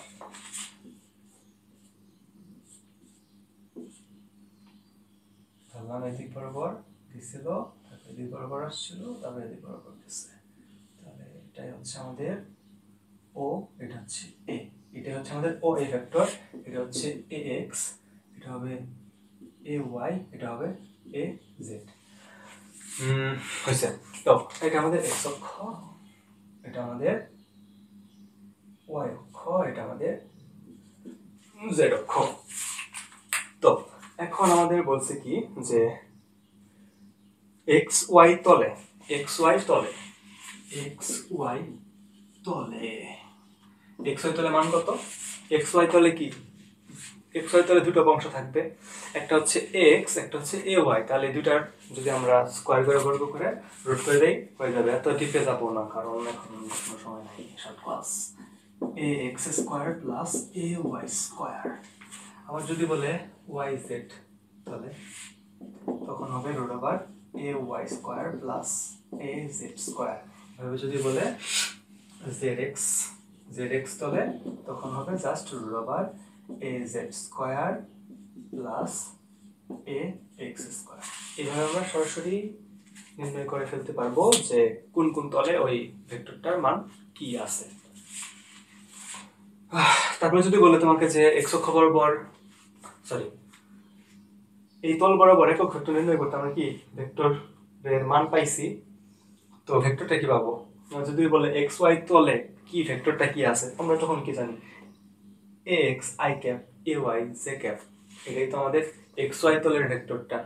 সেটাকে আমরা এক্স ওয়াই তলের যে মান এ X square plus A Y square, এটা দিয়ে ভাগ করে দিব, রুট ওভার দিয়ে ভাগ করে দেবো এটাকে, তাহলে আমরা এক্স ওয়াই তলে পাবো। আবার যদি ওয়াই জেড তলে বলে, তাহলে ওয়াই জেড তলের ভেক্টরটা এইটুকু, এই দুইটা, এক্স তো থাকবে না এখানে, তাহলে ওয়াই জেড কে আবার সেই মান দিয়ে ভাগ করে দেব। আমরা একক ভেক্টর পেয়েছিলাম। এই ছিল। তারপরে হচ্ছে আপাতত এটা এই পর্যন্ত।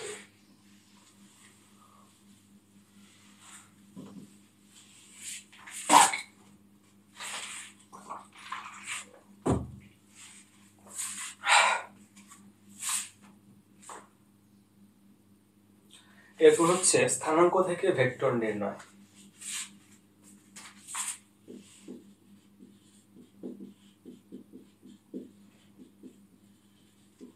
স্থানাঙ্ক থেকে ভেক্টর নির্ণয়। যদি স্থানাঙ্ক দেওয়া থাকে সেই থেকে আমরা কিভাবে ভেক্টর নির্ণয় করতে পারবো সেটা এখন আমরা দেখব। সেটা যদি দেখি, পি এর স্থানাঙ্ক দেওয়া আছে, কিউ এর স্থানাঙ্ক দেওয়া আছে, আমরা সেখান থেকে ওপি ও কিউ গুলো বের করব। আচ্ছা, ওপি ও কিউ, পি কিউ ধরলাম যে আমাদের পি এর স্থানাঙ্ক একটা দেওয়া আছে, কিউ এর একটা স্থানাঙ্ক দেওয়া আছে। ধরো যে পি এর স্থানাঙ্ক, পি এর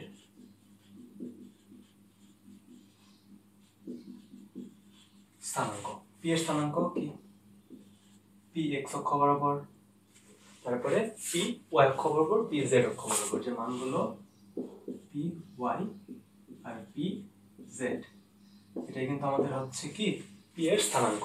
আবার যদি কিউ এর স্থানাঙ্ক হবে Q X, Q Y, Q Z. এখন যদি বলে যে পি কিউ ভেক্টরটা কি হবে, এই ক্ষেত্রে ডেরিভেশনে যাব না, আমরা সরাসরি লিখে দেবো এখান থেকে। আমি দেখে দেখে লিখে দিই, সরি। আচ্ছা, আমরা একটা কাজ করতে পারি। কাজটা কি করব? না, কাজ করবো শর্টকাট দেখে।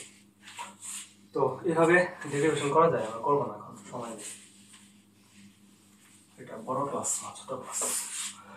ধরলাম এটা ও, এই বিন্দু থেকে এটা হচ্ছে ও বিন্দু, এইদিকে হচ্ছে পি ভেক্টর গেছিল, আবার এদিকে যাবে হচ্ছে কিউ ভেক্টর, এদিকে যাবে কিউ ভেক্টর। তাহলে ওপি ও কিউ। এখন আমরা এটা যদি একটা ত্রিভুজ আঁকায় নিই, এখানে আমরা ত্রিভুজ, তাহলে এই ভেক্টর, সরি কিউ না, ভেক্টর না, এটা এই ভেক্টরটার নাম কি দেব আমরা?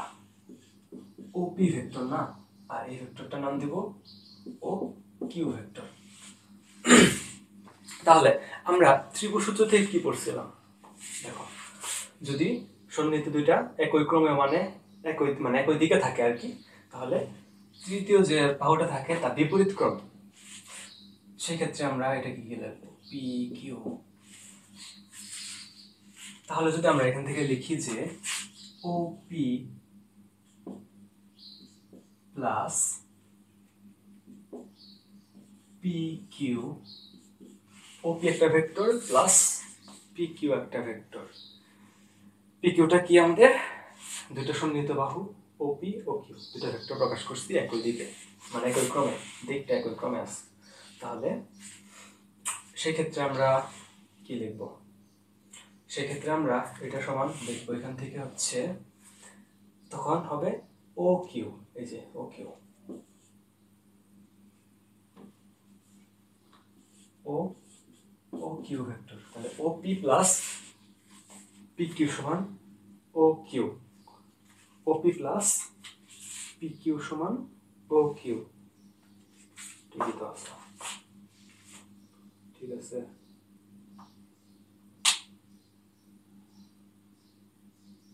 ঠিকই তো আছে। আচ্ছা, আবার দেখি ওপি, ওপি প্লাস পি কিউ সমান ও কিউ। আচ্ছা ঠিক আছে, এইভাবে আমরা লিখতে পারবো। তো এটা আমাদের কথা না, কথা হচ্ছে আমাদের দুটো বিন্দু দেওয়া থাকলে আমরা সেই ক্ষেত্রে কিভাবে করব। ধরো যে তোমাদেরকে মানে আমি একটা ম্যাথ দেখায় করাই দিই, সোজা হবে, এবার বোঝানো কঠিন হবে, সময় লাগবে। এখানে পি একটা আছে, পি এর মান দেওয়া আছে হচ্ছে 1,3,5, আর কিউ আছে এটা হচ্ছে 3,1,2। এখন যদি বলে পি কিউ নির্ণয় করতে, পি কিউ ভেক্টর নির্ণয় করতে, তাহলে আমরা কি করব? পি কিউ সমান পি কিউ বলছে, লাস্টে যেটা থাকবে কিউ, কিউ থেকে আমরা কাকে বিয়োগ করবো? পি কে বিয়োগ করবো। কিউ থেকে আমরা পি কে বিয়োগ করবো, অর্থাৎ এখানে যে এক্স অক্ষ বরাবর ছিল 3, তাহলে 3 minus 1 I cap plus 1 minus 3 1 minus 3 J cap plus এখানে ছিল 2 মাইনাস 5 2 মাইনাস 5 কে ক্যাপ, এটা হবে আমাদের পি কিউ। আবার যদি আমাদের বললো কিউ পি বের করতে, জাস্ট উল্টায় দিতাম, মানে কিউ পি বের করতে বললে পি লাস্টে, তাহলে পি থেকে কিউকে বাদ দিতাম আমরা, 1 থেকে 3 বাদ দিতাম, 3 থেকে 1 বাদ দিতাম, 5 থেকে 2 বাদ দিতাম, পরে I cap J cap K cap. আশা করি এটুকু সবাই বুঝতে পারছো, না বোঝার কিছুই নাই, অনেক বড় হয়ে যেতেছে ভিডিও। তারপর যদি আমরা ডট গুণন আর ক্রস গুণন দেখি, ডট গুণন ক্রস গুণন, আলফা দেওয়া ডট গুণন ক্রস গুণন,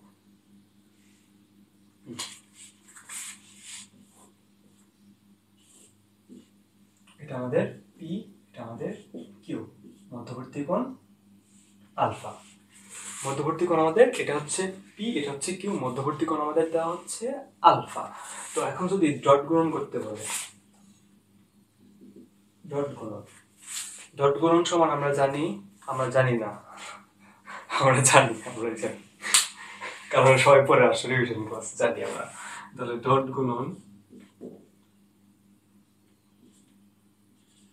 ডট গুণন, গুণন কার কার? পি আর কিউ এর, P Q, P dot Q, P vector dot Q vector, vector চিহ্ন দেইনি, P vector dot Q vector সমান পি কিউ কস আলফা। তাহলে পি ডট কিউ, দুইটা ভেক্টরের ডট গুণন, পি ডট কিউ সমান হয় পি, পি এর মান কিউ এর মানের গুণফল সাথে কস আলফা, আলফা কি মধ্যবর্তী কোণ আলফা। আবার যদি আমাদেরকে বলে যে Q dot P, Q dot P, এক্ষেত্রে কি হবে? কিউ গুণন পি কস আলফা, চেঞ্জ আছে কোনো? চেঞ্জ নাই কিন্তু। তাহলে আমাদের পি ডট কিউ সমান আমরা লিখতে পারি না যে কিউ ডট পি, লিখতে পারি তো, এগুলো কিন্তু এমসিকিউ আসে। তো হচ্ছে এটা তো গেল, আমরা স্থানাঙ্ক দিয়ে দেখি, এই জিনিসটাকে স্থানাঙ্ক দিয়ে দেখি, তো স্থানাঙ্ক দিয়ে দেখি, স্থানাঙ্ক দিয়ে যদি দেখি তাহলে আমরা পি ভেক্টরকে এভাবে লিখতে পারবো যে P X I cap plus P Y J cap plus P Z K cap, Q, Q সমান Q X I cap plus Q Y J K plus Q Z K cap. একটাকে দেখছি, বিশ্লেষণ করলাম না। তো এখন যদি আমাদেরকে বলে পি ডট কিউ এর মান বের করতে, পি ডট কিউ সরাসরি লিখবো আই ক্যাপের সাথে আই ক্যাপ গুণ জে ক্যাপের সাথে জে ক্যাপ গুণ কে ক্যাপের সাথে কে ক্যাপ গুণ। কারণ কি? কারণ এখন বলবো না, ওটা বেশি বেশি। তাহলে আমরা সরাসরি এখানে কি করব? সরাসরি করব হচ্ছে,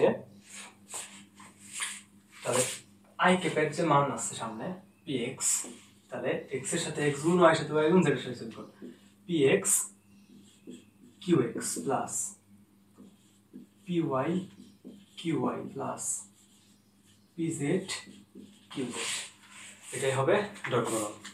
হ্যাঁ তাই তো, এটাই ডট গুণন। আর একটা কি দেখছি আমরা, যদি মান দেওয়া থাকে, এটা তো হচ্ছে স্থানাঙ্ক দেওয়া থাকলে আমরা এভাবে করব, আর যদি মান দেওয়া থাকে তখন সরাসরি পি ডট কিউ, অর্থাৎ পি এর মান দেওয়া আছে, এটার মান দেওয়া আছে, ধরলাম পি, এর মান দেওয়া আছে হচ্ছে কিউ, তাহলে পি ডট কিউ সমান হবে তখন পি কিউ কস আলফা। যদি মান আর কোন দেওয়া থাকে তাহলে আমরা এটা দিয়ে বের করবো, আর যদি স্থানাঙ্ক দেওয়া থাকে তখন এইটা দিয়ে বের করবো। আশা করি এটা বুঝতে পারছো। এনার্জি শেষ হয়ে গেছে। এখন যদি আমাদের বলে যে ও আচ্ছা, পরস্পরের উপর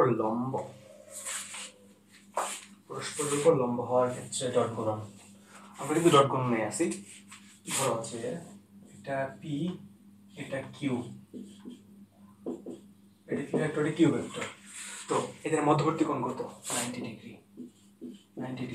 আমরা যদি এখন পি ডট কিউ বের করতে বলে, তাহলে আমরা কি জানি? পি কিউ cos আলফার মান কত? 90 ডিগ্রি। cos 90 ডিগ্রির মান কত? 0 0 0। তাহলে এখানে সম্পূর্ণ মানটা কিন্তু হয়ে যাবে হচ্ছে 0। তাহলে আমাদের যদি বলে যে দুটো ভেক্টর পরস্পর লম্ব কিনা, তাহলে আমরা সেই ক্ষেত্রে কি বের করব? ভেক্টর দুটো ডট গুণন করব। যদি ডট গুণফলের মান 0 আসে, আসলে ভেক্টর দুটির মধ্যবর্তী কোণ হবে 90 ডিগ্রি। কারণ cos আলফার মান যদি 90 হয়, আলফার মান 90 হইলেই কিন্তু cos আলফার মান 0 হবে। cos আলফার মান 0 হলে pq cos আলফার মান 0 হবে, অর্থাৎ ডট গুণফল 0 হবে। তাহলে যদি বলে দুইটা ভেক্টর পরস্পর লম্ব কিনা, তখন আমরা দেখব যে দুইটা ভেক্টর এর মধ্যবর্তী কোণ 90 ডিগ্রি কিনা বা ডট গুণফল 0 কিনা, এটা দেখব। যদি ডট গুণফল 0 হয়, তাহলে ভেক্টর দুটো পরস্পর লম্ব।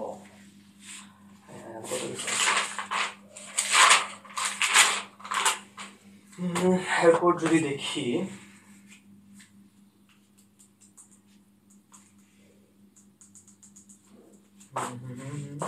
আচ্ছা, আমরা ক্রস গুণফলে না যায় আমাদের ডট গুণফলেরও কিছু কনসেপ্ট আছে, সেগুলো দেখি।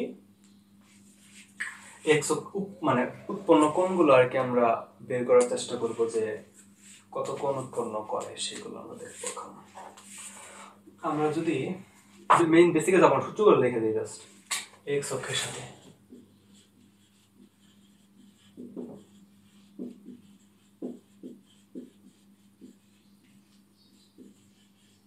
অনেকেই বলতে পারো যে কেমন আসলে দেখাইতেছি না কেন? কেমন আসলে দেখাইতে হইলে এই ফ্যাক্টরের উপর ক্লাস, যে বেসিকের উপর ক্লাস না হয়, তাও 12-13 ঘন্টা লেগে যাবে। তো 12-13 ঘন্টা তো আমরা সব ভিডিওতে দেখবো না। আমাদের ভিডিওটা সর্বোচ্চ 2 ঘন্টা কি 2.5 ঘন্টা হবে বেসিক। তো এই 2.5 ঘন্টার ক্লাসে যদি সবকিছু দেখাইতে যায়, 18 ঘন্টা লেগে যায়। 18 ঘন্টা সময় এখন নাই। উৎপন্ন কোণ, তো এক্স অক্ষের সাথে উৎপন্ন কোণ, এক্ষেত্রে আমরা সূত্র লিখবো সরাসরি। cos থিটা এক্স মানে cos থিটা, থিটা কি? এক্স অক্ষের সাথে কত কোণ উৎপন্ন করে। আমরা পরে তো থিটা মানে থিটা এক্স এর মান cos কে ইনভার্স করে দিয়ে বের করে ফেলতে পারবো, এটাই বিষয় আমাদের। তখন আমরা সরাসরি এখান থেকে লিখতে পারবো হচ্ছে পি ভেক্টরের সাথে আমরা আই ক্যাপ কে ডট গুণন করব, নিচে আমরা পি ভেক্টরের মানকে বসাবো। তাহলে আমরা পাবো হচ্ছে এক্স অক্ষের সাথে কোণ। এখন যদি আমাদের কে ওয়াই অক্ষের সাথে উৎপন্ন কোণ বের করতে পারে, জাস্ট এখানে cos থিটা ওয়াই হবে, আর এই ক্ষেত্রে হবে হইতেছে পি ডট জে ক্যাপ, আর নিচে হবে পি এর মান। দেখো তো এখানে একটা জিনিস বুঝো কিনা, যে পি এর সাথে যদি আমরা আই ক্যাপ কে গুণ করি, তাহলে কি থাকবে সেখানে? আই ক্যাপ মানে পি এর যে এক্স অক্ষ বরাবর অংশটা ছিল, সেটার সাথে আমরা আই কে ডট গুণন করলাম। বাকি ওয়াই অক্ষ যে রকম কিন্তু এখান থেকে থাকবে না। তাহলে দুটো ডট গুণন করে মান দিয়ে ভাগ করে দিবা, সম্পূর্ণ মান দিয়ে এক্স অক্ষ পাবা, এমনি ওয়াই অক্ষ পাবা। জেড অক্ষের ক্ষেত্রে কি হবে? জাস্ট এখানে cos থিটা জেড সমান হবে P dot K cap by P. এই তো আমাদের তিন অক্ষের সাথে উৎপন্ন যে কোণগুলো ছিল, আমাদের এখান থেকে দেখতে পারলাম।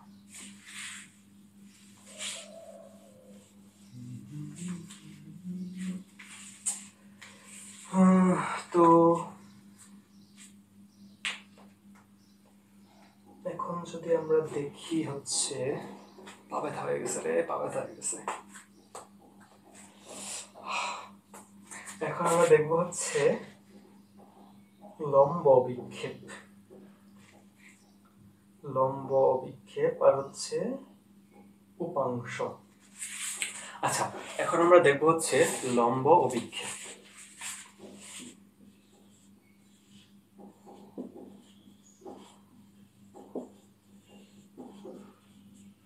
লম্ব অভিক্ষেপ কি?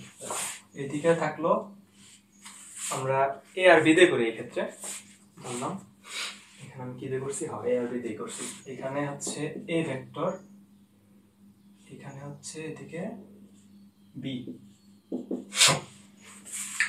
এখন আমরা যদি লম্ব বিক্ষেপ নির্ণয় করতে চাই, তুমি সাপোজ উপর থেকে একটা লাইট ধরলা, লাইট ধরলে এটা ছায়া কোন দিকে পড়বে, এই যে এটা যদি লাইট ধরা হয় ছায়া কিন্তু পড়বে এই যে এই পর্যন্ত ছায়া পড়বে এখানে, তাই না? তাহলে সেই ক্ষেত্রে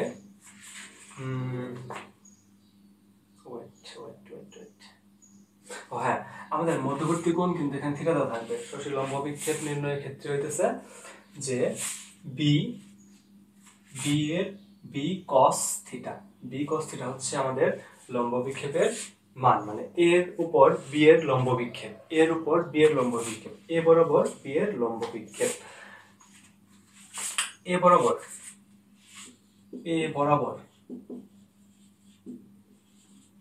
বি এর লম্ব অভিক্ষেপ। খালি ডিপে চলে যায়, তো ডিপ তো দেবো না এখন। এ বরাবর বি এর লম্ব বিক্ষেপ, এ বরাবর যদি বি এর লম্ব বিক্ষেপ বের করতে বলে, তাহলে যার লম্ব বিক্ষেপ তার বি কস থিটা, এর দিকে মানে কোন ছিল থিটা, তাহলে এদিকে হবে B cos theta, B cos theta.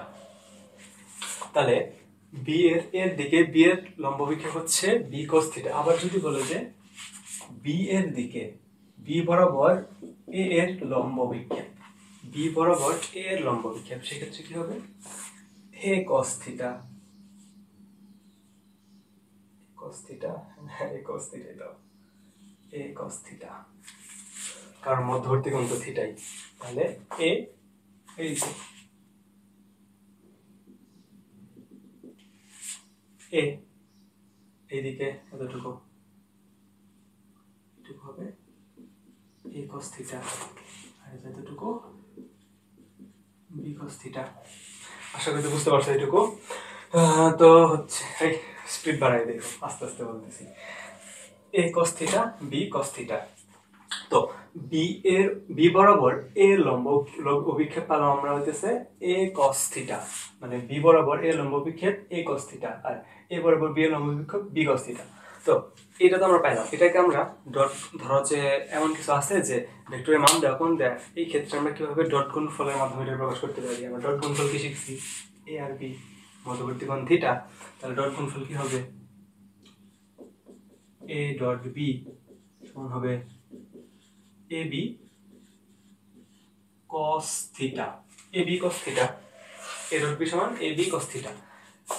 তো এখান থেকে কি লেখা যায় দেখো, আমরা যদি প্রথমটা চিন্তা করি, এখানে কি আছে B cos theta, B cos theta, তাহলে এটা যাবে এই পাশে।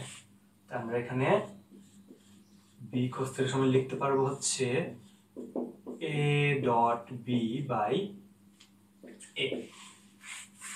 তাহলে এ বরাবর বি এর লম্ব বিক্ষেপ অর্থাৎ B cos theta is equal to P dot Q by K A. তাহলে এখান থেকে একটা শর্ট ট্রিক্স আছে, আর এখানে লিখে দিই যে এ ডট বি বাই এ মান এর মান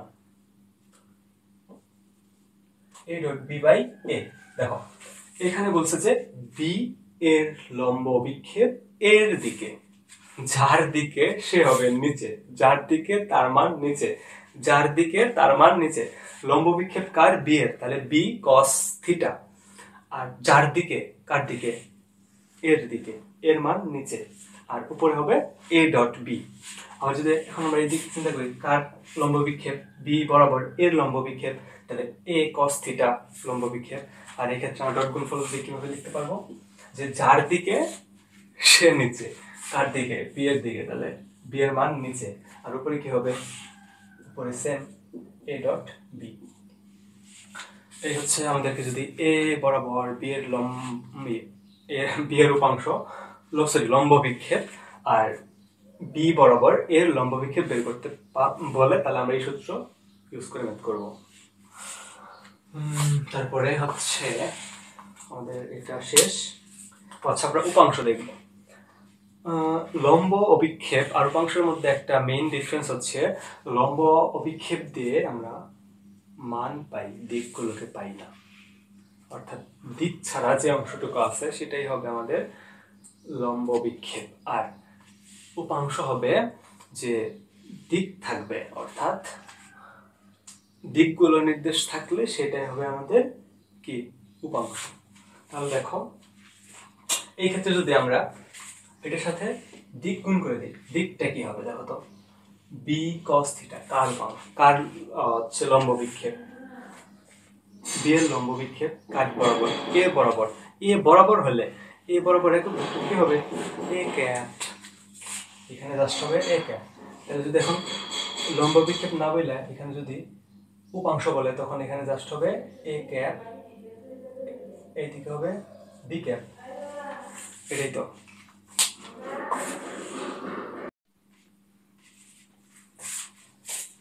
আমরা দেখতেছিলাম হচ্ছে যে লম্ব অভিক্ষেপ, তারপর দেখলাম উপাংশ, যে লম্ব অভিক্ষেপের সাথে জাস্ট কি গুণ করে দেব, ওই দিকটা গুণ করে দেব। দিক হচ্ছে এ ক্যাপ, এদিক হচ্ছে বি ক্যাপ। তো আমরা এখানে আমরা একটু আগে, এখন তাহলে এটা আমাদের আর এখন লম্ব বিক্ষেপ নাই, এটা হয়ে গেছে উপাংশ। তাহলে এখানে উপাংশের ক্ষেত্রে আমরা যে একক ভেক্টরটা সেটাকে দেখছি যে এর একক ভেক্টর, ধরলাম এটা এ ক্যাপ, কি হবে এ ভেক্টর ডিভাইডেড বাই এ ভেক্টরের মান। তাহলে সরাসরি এখানে গুণ হয়ে যাবে, এটাও গুণ দেওয়া যেতে পারে, বা আমি যদি চাই এটাকে নিয়ে সরাসরি গুণ দিয়ে দিব এখানে, তাও সমস্যা নাই। বিয়ের ক্ষেত্রেও সেম। তাহলে তুমি যদি লম্ব বিক্ষেপ বের করতে পারো তাহলে লম্বাংশ খুব ইজিলি বের করে ফেলতে পারবা। তো আশা করি এইটুকু সবাই বুঝতে পারছো, না বোঝার মতো কিছু নাই। এইদিকে যদি এটা গুণ হয় এইদিকেও তো তাই গুণ হবে, তাহলে এইদিকেও এক এক গুণ হবে। আমাদেরকে যদি বলে যে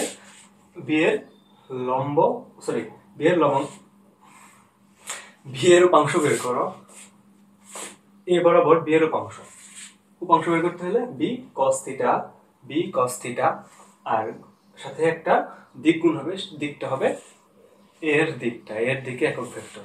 বিয়ের ক্ষেত্রে হচ্ছে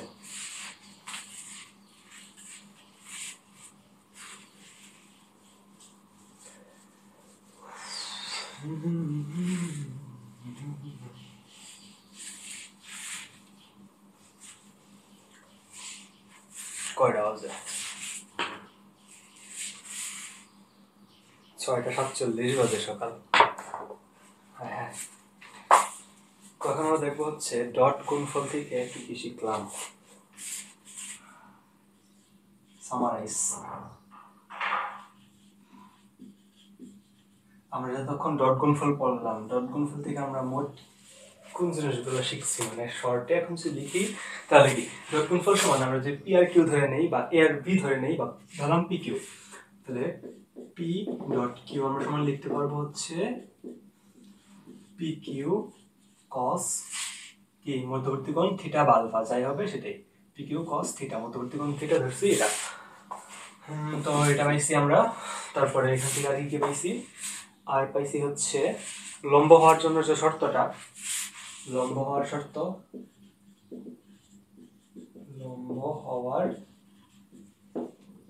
পাইছি হচ্ছে পি ডট কিউ এর মান কত হইতে হবে, 0 হইতে হবে। যদি 0 হয়ে যায়, পি ডট কিউ সমান 0 হইলে সেক্ষেত্রে ভেক্টর দুটি পরস্পর পর লম্ব হবে। তারপর পাইছি হচ্ছে এ বরাবর বি এর লম্ব বিক্ষেপ, এ বরাবর বি এর লম্ব বিক্ষেপ, এ বরাবর বি এর লম্ব অভিক্ষেপ পাইছি আমরা কি, এ বরাবর বি এর লম্ব অভিক্ষেপ হচ্ছে বি কস থিটা, সমান লিখতে কি পারছি আমরা যে A dot B, A dot B, আর নিচে কি ছিল যার বরাবর, তাহলে এ, এটা পাইছি। বি এর ক্ষেত্রেও সেম, এর ক্ষেত্রে এ বরাবর মানে এর লম্ব অভিক্ষেপ যদি বের করতে বলে সেম। আবার আমরা এখানে থেকে পাইছিলাম আরেকটা জিনিস, সেটা হচ্ছে উপাংশ। তাহলে উপাংশের ক্ষেত্রে জাস্ট একটা জিনিস হয়েছে যে দিকটা গুণ হয়েছে।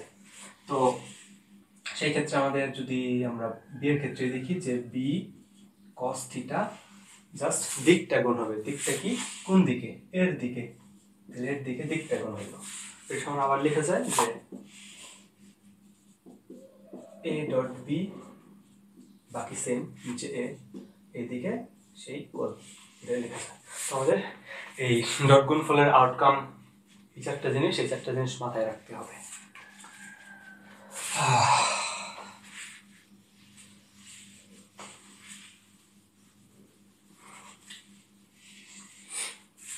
এরপরে আমরা যাব হচ্ছে ক্রস গুণফল বা ভেক্টর গুণনে।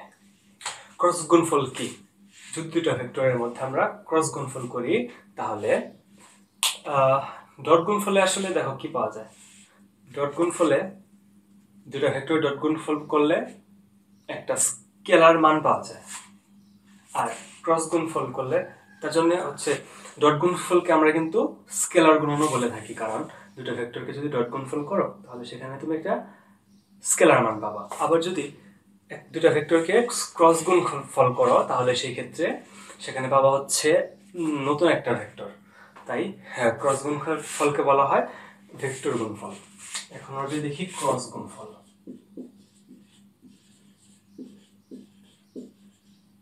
ক্রস গুণফল এখন দেখবো হচ্ছে আমরা ক্রস গুণফল। তো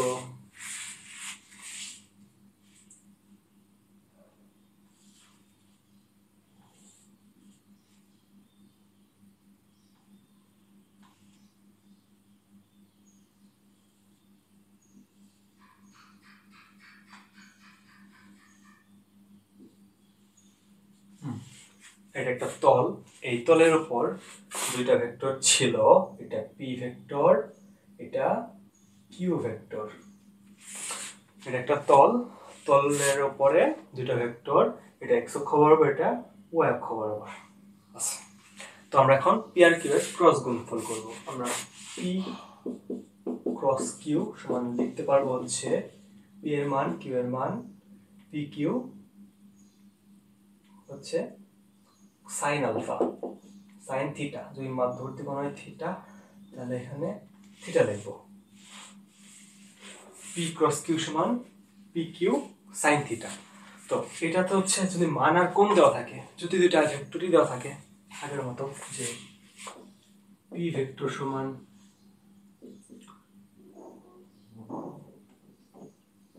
P X I cap plus P Y J cap plus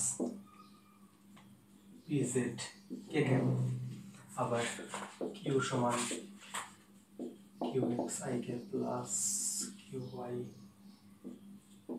J cap plus Q Z K cap দেওয়া আছে। সেক্ষেত্রে যদি আমাদেরকে ক্রস গুণফল বের করতে বলে,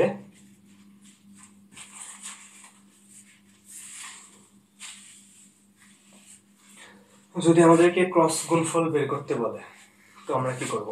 ক্রস গুণফল কি হবে? আমরা যে ডানহাতি রুলস পড়ছো না, ডানহাতি রুলস হচ্ছে যে ধরো আমরা পি আর কিউ কে ক্রস করব, তাহলে পি কিউ দিক, দিক কোন দিক হবে এটা আমরা নির্ণয় করতে পারবো। দেখো পি ছিল এদিকে, কিউ ছিল এদিকে, তাহলে পি ক্রস কিউ করলাম, তাহলে পি থেকে কিউ এর দিকে যাব, তাহলে আমাদের আঙ্গুলটা কোন দিকে থাকলো? উপরের দিকে।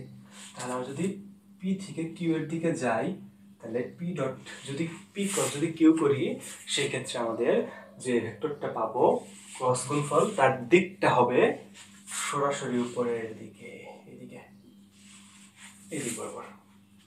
তাদের দুজনের সাথে তা লম্ব হয়ে থাকবে, সেটাই হবে এই দুইটা ভেক্টরের ক্রস গুণফলের দিক। তো মান কিভাবে বের করব? পি ক্রস কিউ, এটার মান বের করা যায় নির্ণায়কের সাহায্যে। নির্ণায়কের সাহায্যে এটা যদি মান লিখি, সরি মান না, আগে মান কেন, নির্ণায়ক দিয়ে, সরি মান না, মানে দুটো ভেক্টরকে ক্রস করব, ক্রস করলে সেটা সমান নির্ণায়কের সাহায্যে আর কি ক্রস গুণফল করতে হয়। তো ক্রস গুণফলে আমাদের এক্স ওয়াই জেড তিনটা একক ভেক্টর, অর্থাৎ I cap J cap K cap, I cap J cap K cap এখানে লিখবো। তো তারপরে আমরা আই ক্যাপ এক্স এর উপাংশগুলো লিখবো, যে পি এক্স, সরি পি এর উপাংশ কি বলতেছি, পি এর উপাংশগুলো P X P Y P Z, Q এর উপাংশ qx qy qz, এখান থেকে যদি আমরা নির্ণয় করি তাহলে আমরা p ক্রস q পাবো। নির্ণয় সবাই পারো, করে দিব না। তো তারপর যদি আমরা দেখি যে p ক্রস q এবং q ক্রস p দুটোর কি পার্থক্য আছে, দেখি আছে কি। p ক্রস কি, p থেকে q এদিকে p ক্রস, তাহলে আমাদের নখ কোন দিকে, বই নখ থাম্ব রুল এদিকে গেলে উপরের দিকে। আর যদি আমরা q ক্রস p করি তাহলে q ক্রস p এই যে নিচের দিকে যাবে। তাহলে উপরের দিকে যদি পজিটিভ ধরি, নিচের দিকে যদি নেগেটিভ ধরি, তাহলে আমরা এখান থেকে কিন্তু লিখতে পারবো যে p ক্রস q সমান যদি এটা হয় তাহলে q ক্রস p সমান কিন্তু এটা হবে না, বিকজ এই মানটা ছিল উপরের দিকে পজিটিভ ধরছি, এখন আমরা নিচের দিকে নেগেটিভ ধরবো, সেক্ষেত্রে হবে minus P Q sine theta. Minus কেন আসছে বুঝতে পারছো, যে উপরের দিকে প্লাস নিচের দিকে মাইনাস, কিউ পি, কিউ থেকে পি এর দিকে মাইনাস। ক্লিয়ার? ক্লিয়ার। আর দেখো তাহলে বিনিময় সূত্রটা কি ছিল, না যাবো না দিকে। বিনিময় সূত্র মানে কিনা, বিনিময় সূত্র হচ্ছে যে পি ক্রস কিউ সমান কি কিউ ক্রস পি কিনা, সমান কিন্তু না, বিকজ একটা মাইনাস আছে আগে, তার মানে ডট ক্রস গুণফল বিনিময় সূত্র মানে না, কিন্তু ডট গুণফল কিন্তু বিনিময় সূত্র মানতো। কারণ কি পি ডট কিউ সমান পি কিউ কস থিটা, আর কিউ ডট পি সমান সেটাও কিউ পি কস থিটা, এক্ষেত্রে কোনো দিক নাই, কারণ এটা হচ্ছে ডট গুণফলে আমরা কি পাই, স্কেলার মান পাই। তাই আমাদের সেই ডট গুণফলটা হচ্ছে বিনিময় সূত্র মানে, আর ক্রস গুণফল বিনিময় সূত্র মানে না।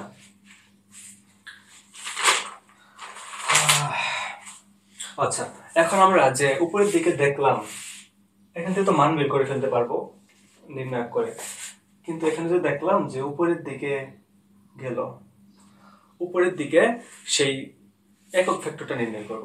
সেই একক ভেক্টরকে আমরা হচ্ছে ইটা দিয়ে প্রকাশ করি, ইটা নট দিয়ে প্রকাশ করি। এখানের মান কি হবে, তাহলে আমরা পি ক্রস কিউ যা পাবো তাকে যদি আমরা পি ক্রস কিউ এর মান দিয়ে ভাগ করে দিই, তাহলে উপরে হবে P vector cross Q vector, নিচে হবে পি ভেক্টর ক্রস কিউ ভেক্টরের মান। তাই তো আমরা একক ভেক্টর পাবো, সেই একক ভেক্টরটা আমাদের নির্দেশ করবে যে কোন দিকে কত একক। তো ক্লিয়ার, আমাদের ক্রস গুণফল মূলত এইগুলোই। তো এই ক্রস গুণফলের ভিতরে একটু জিনিস আছে, যে ক্ষেত্রফল বের করার ক্ষেত্রে ক্ষেত্রফল ক্রস গুণফল দিয়ে বের করে ফেলা যায়। যদি একটা ত্রিভুজের সামনে দুইটা বাহু দেওয়া থাকে, বা একটা হচ্ছে সমান কি জানি, আচ্ছা ক্ষেত্রফল একটা ত্রিভুজের ক্ষেত্রে কিভাবে ক্ষেত্রফল নির্ণয় করব, আবার সামান্তরিক দেওয়া থাকলে কিভাবে আমরা ক্ষেত্রফল নির্ণয় করব, আবার যদি এটা কর্ণ দেওয়া থাকে সামান্তরিকের, তাহলে আমরা কিভাবে নির্ণয় করব আর কি ক্ষেত্রফল ক্রস গুণফলের মাধ্যমে, তা এখন দেখব। তার আগে একটা জিনিস দেখে নেই, সেটা হচ্ছে ক্রস গুণফল থেকে আমরা আউটকাম কি কি পেলাম আর কি কি শিখছি সামারাইজ যদি করি, তাহলে আমরা শিখছি যে পি ক্রস কিউ সমান পি কিউ সাইন থিটা, মধ্যবর্তী কোণ থিটা, এটা শিখছি। তো এখন দেখো সমান্তরাল হওয়ার সূত্র, মানে শর্ত, দুটো ভেক্টর সমান্তরাল হবে কিনা, মানে মধ্যবর্তী কোণ 0 ডিগ্রি হবে কিনা। সমান্তরাল মানে কি, মধ্যবর্তী কোণ 0 ডিগ্রি না, তাহলে দুটো ভেক্টরের মধ্যবর্তী কোণ অর্থাৎ থিটা সমান 0 ডিগ্রি হয়, থিটা সমান 0 ডিগ্রি, সাইন 0 ডিগ্রি মান কত, সাইন 0 ডিগ্রি মান কিন্তু 0। তাহলে যদি পি ক্রস কিউ এর মান 0 হয়, পি ক্রস কিউ সমান 0 হইলে আমরা তখন বলতে পারবো যে ভেক্টর দুইটা সমান্তরালে আছে। তাহলে ভেক্টর দুটো সমান্তরালে থাকা শর্ত হচ্ছে দুটো ভেক্টরের ক্রস গুণফলের মান 0 হইতে হবে। আর লম্ব হওয়া শর্ত কি ছিল, দুটো ভেক্টরের ডট গুণফলের মান 0 হইতে হবে। ডট গুণফলের মান 0 বলতে বোঝাইছিলাম যে cos কত ডিগ্রি মান 0, 90 ডিগ্রি মান 0। সাইন কত ডিগ্রি মান 0, সাইন 0 ডিগ্রি মান 0। তাহলে সমান্তরাল হওয়ার জন্য ক্রস গুণফলের মান হতে হবে আমাদের কত, 0। তো এই ছিল একক ভেক্টর, তো দেখালামই। এখন দেখবো ক্ষেত্রফল নির্ণয়। ক্রস গুণফল দিয়ে কিভাবে আমরা ক্ষেত্রফল নির্ণয় করতে পারবো। ক্ষেত্রফল নির্ণয় যদি আমরা ত্রিভুজের ক্ষেত্রে বলে, তাহলে ত্রিভুজের ক্ষেত্রে যদি আমরা ক্ষেত্রফল নির্ণয় করতে চাই, তাহলে আমরা সেই ক্ষেত্রে লিখবো যে হাফ, তারপরে এ যদি দুটা সন্নিহিত বাহু থাকে এ ক্রস বি, হাফ ইন্টু এ ক্রস বি এর মান, হাফ ইন্টু এ ক্রস বি এর মান হবে ত্রিভুজের ক্ষেত্রফল। আবার যদি সামান্তরিক ক্ষেত্রফল বের করতে বলে, সামান্তরিক কি, একটা ত্রিভুজ সাথে একটা ত্রিভুজ, দুটা ত্রিভুজ সমান সমান দুটা ত্রিভুজ। আমরা এটা যদি পি হয়, এটা যদি কিউ হয়, তাহলে এই দুইটা থেকে আমরা এখানে একটা ক্ষেত্রফল বের করব, কি হাফ এ, যদি এ হয়, এটা যদি বি হয়, হাফ এ ক্রস বি এর মান। তাহলে এই ক্ষেত্রে একটা ত্রিভুজের ক্ষেত্রফল পেলাম। যেহেতু এটা সমান ত্রিভুজ, একই সদৃশ ত্রিভুজ, তো এই দুইটা তাহলে 2 দিয়ে গুণ হবে সামনে, তখন সামান্তরিকের ক্ষেত্রে হবে জাস্ট হাফটা 1 হয়ে যাবে, এ ক্রস বি। এটা হচ্ছে সামান্তরিক ক্ষেত্র। আবার যদি কর্ণ দেওয়া থাকে, যে একটা সমান্তরিকের দুটা কর্ণ দেওয়া আছে, ক্ষেত্রফল বের করো, যে কর্ণের মান এটা এ, এই কর্ণের মান এটা বি, কর্ণের মান দেওয়া থাকলে দুই ক্ষেত্রফল বের করতে বলে, তখন আমরা সেই ক্ষেত্রে লিখবো হচ্ছে এখানে হাফ আসবে, তখন হাফ ইন্টু এ ক্রস বি,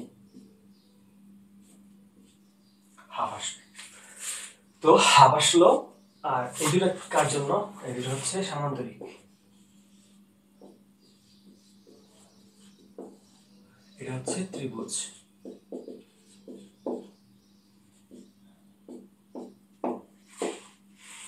এটা যদি থাকে বাহু, বাহু থাকলে, আর এটা হচ্ছে কর্ণ থাকলে, বুঝছো তো সবাই, বুঝছো?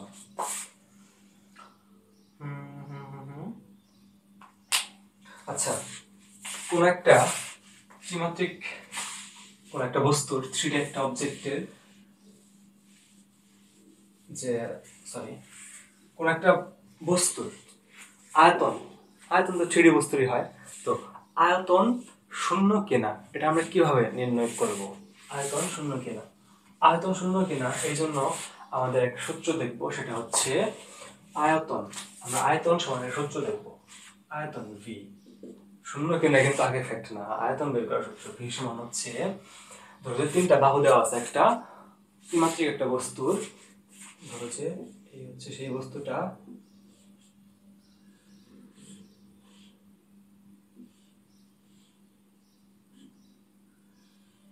এই হলো সেই বস্তুটা।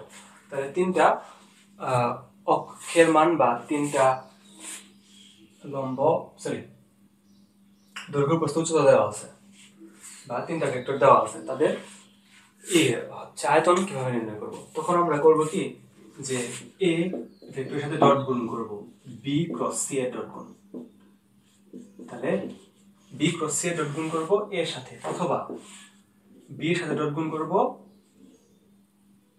এ ক্রস সি না সি ক্রস এ ক্রস সি এর,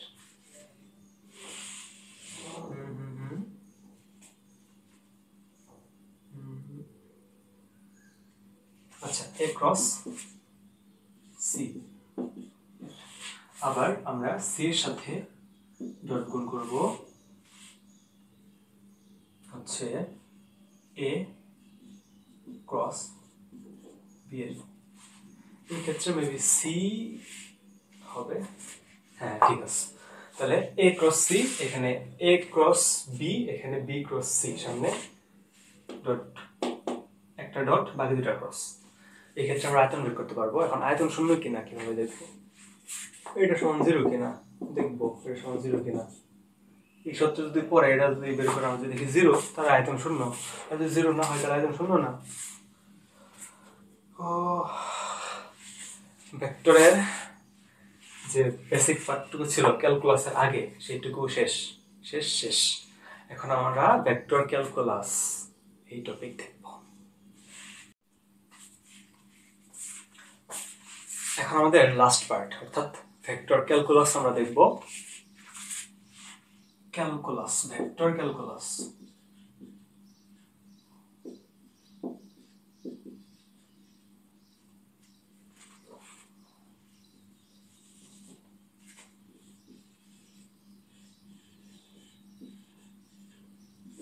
ভেক্টরের যে ক্যালকুলাস পার্ট আছে সেটা এখন আমরা দেখব।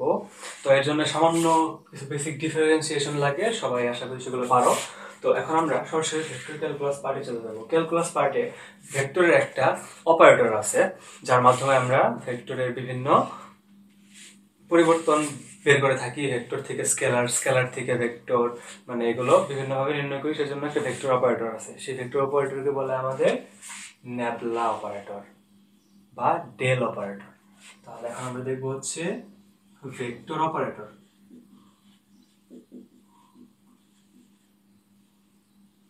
Operator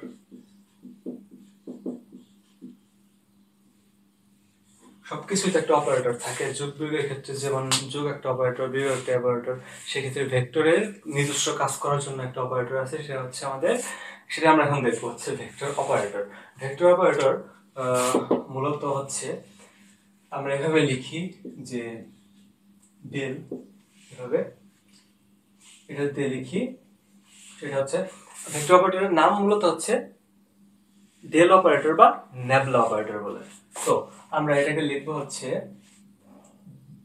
del del del X D D X I cap plus del del Y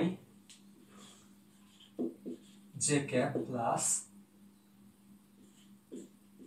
del del Z K cap. আমাদের ভেক্টর অপারেটর ডেল অপারেটর বা ন্যাবলা অপারেটর। তো ডেল অপারেটর বা ন্যাবলা অপারেটর সমান আমরা লিখবো del del X I cap del del Y J cap del del Z K cap. এটা কিন্তু মাথায় রাখতে হবে। তো এরপর যদি আমরা দেখি, সেটা হচ্ছে আমাদের টপিক আছে গ্রেডিয়েন্ট। গ্রেডিয়েন্ট গ্রেডিয়েন্ট কি?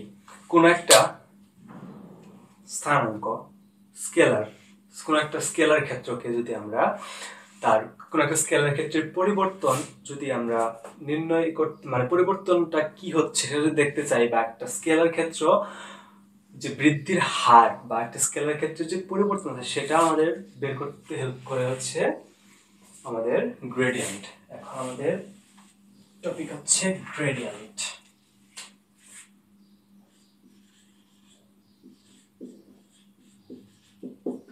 গ্রেডিয়েন্ট গ্রেডিয়েন্ট মানে হচ্ছে একটা স্কেলার ক্ষেত্রের বৃদ্ধির হার বা পরিবর্তনের হার নির্দেশ করে আমাদের গ্রেডিয়েন্ট। তো এই ক্ষেত্রে কি হয়, ধরো একটা স্থানাঙ্ক দেওয়া থাকবে, স্থানাঙ্ককে ধরে নিলাম আমরা একটা ফাই, এই যে একটা স্থানাঙ্ক দেওয়া আছে এক্স ওয়াই জেড যে কোনো মান ভিতরে আছে, তো ঠিক আছে আছে।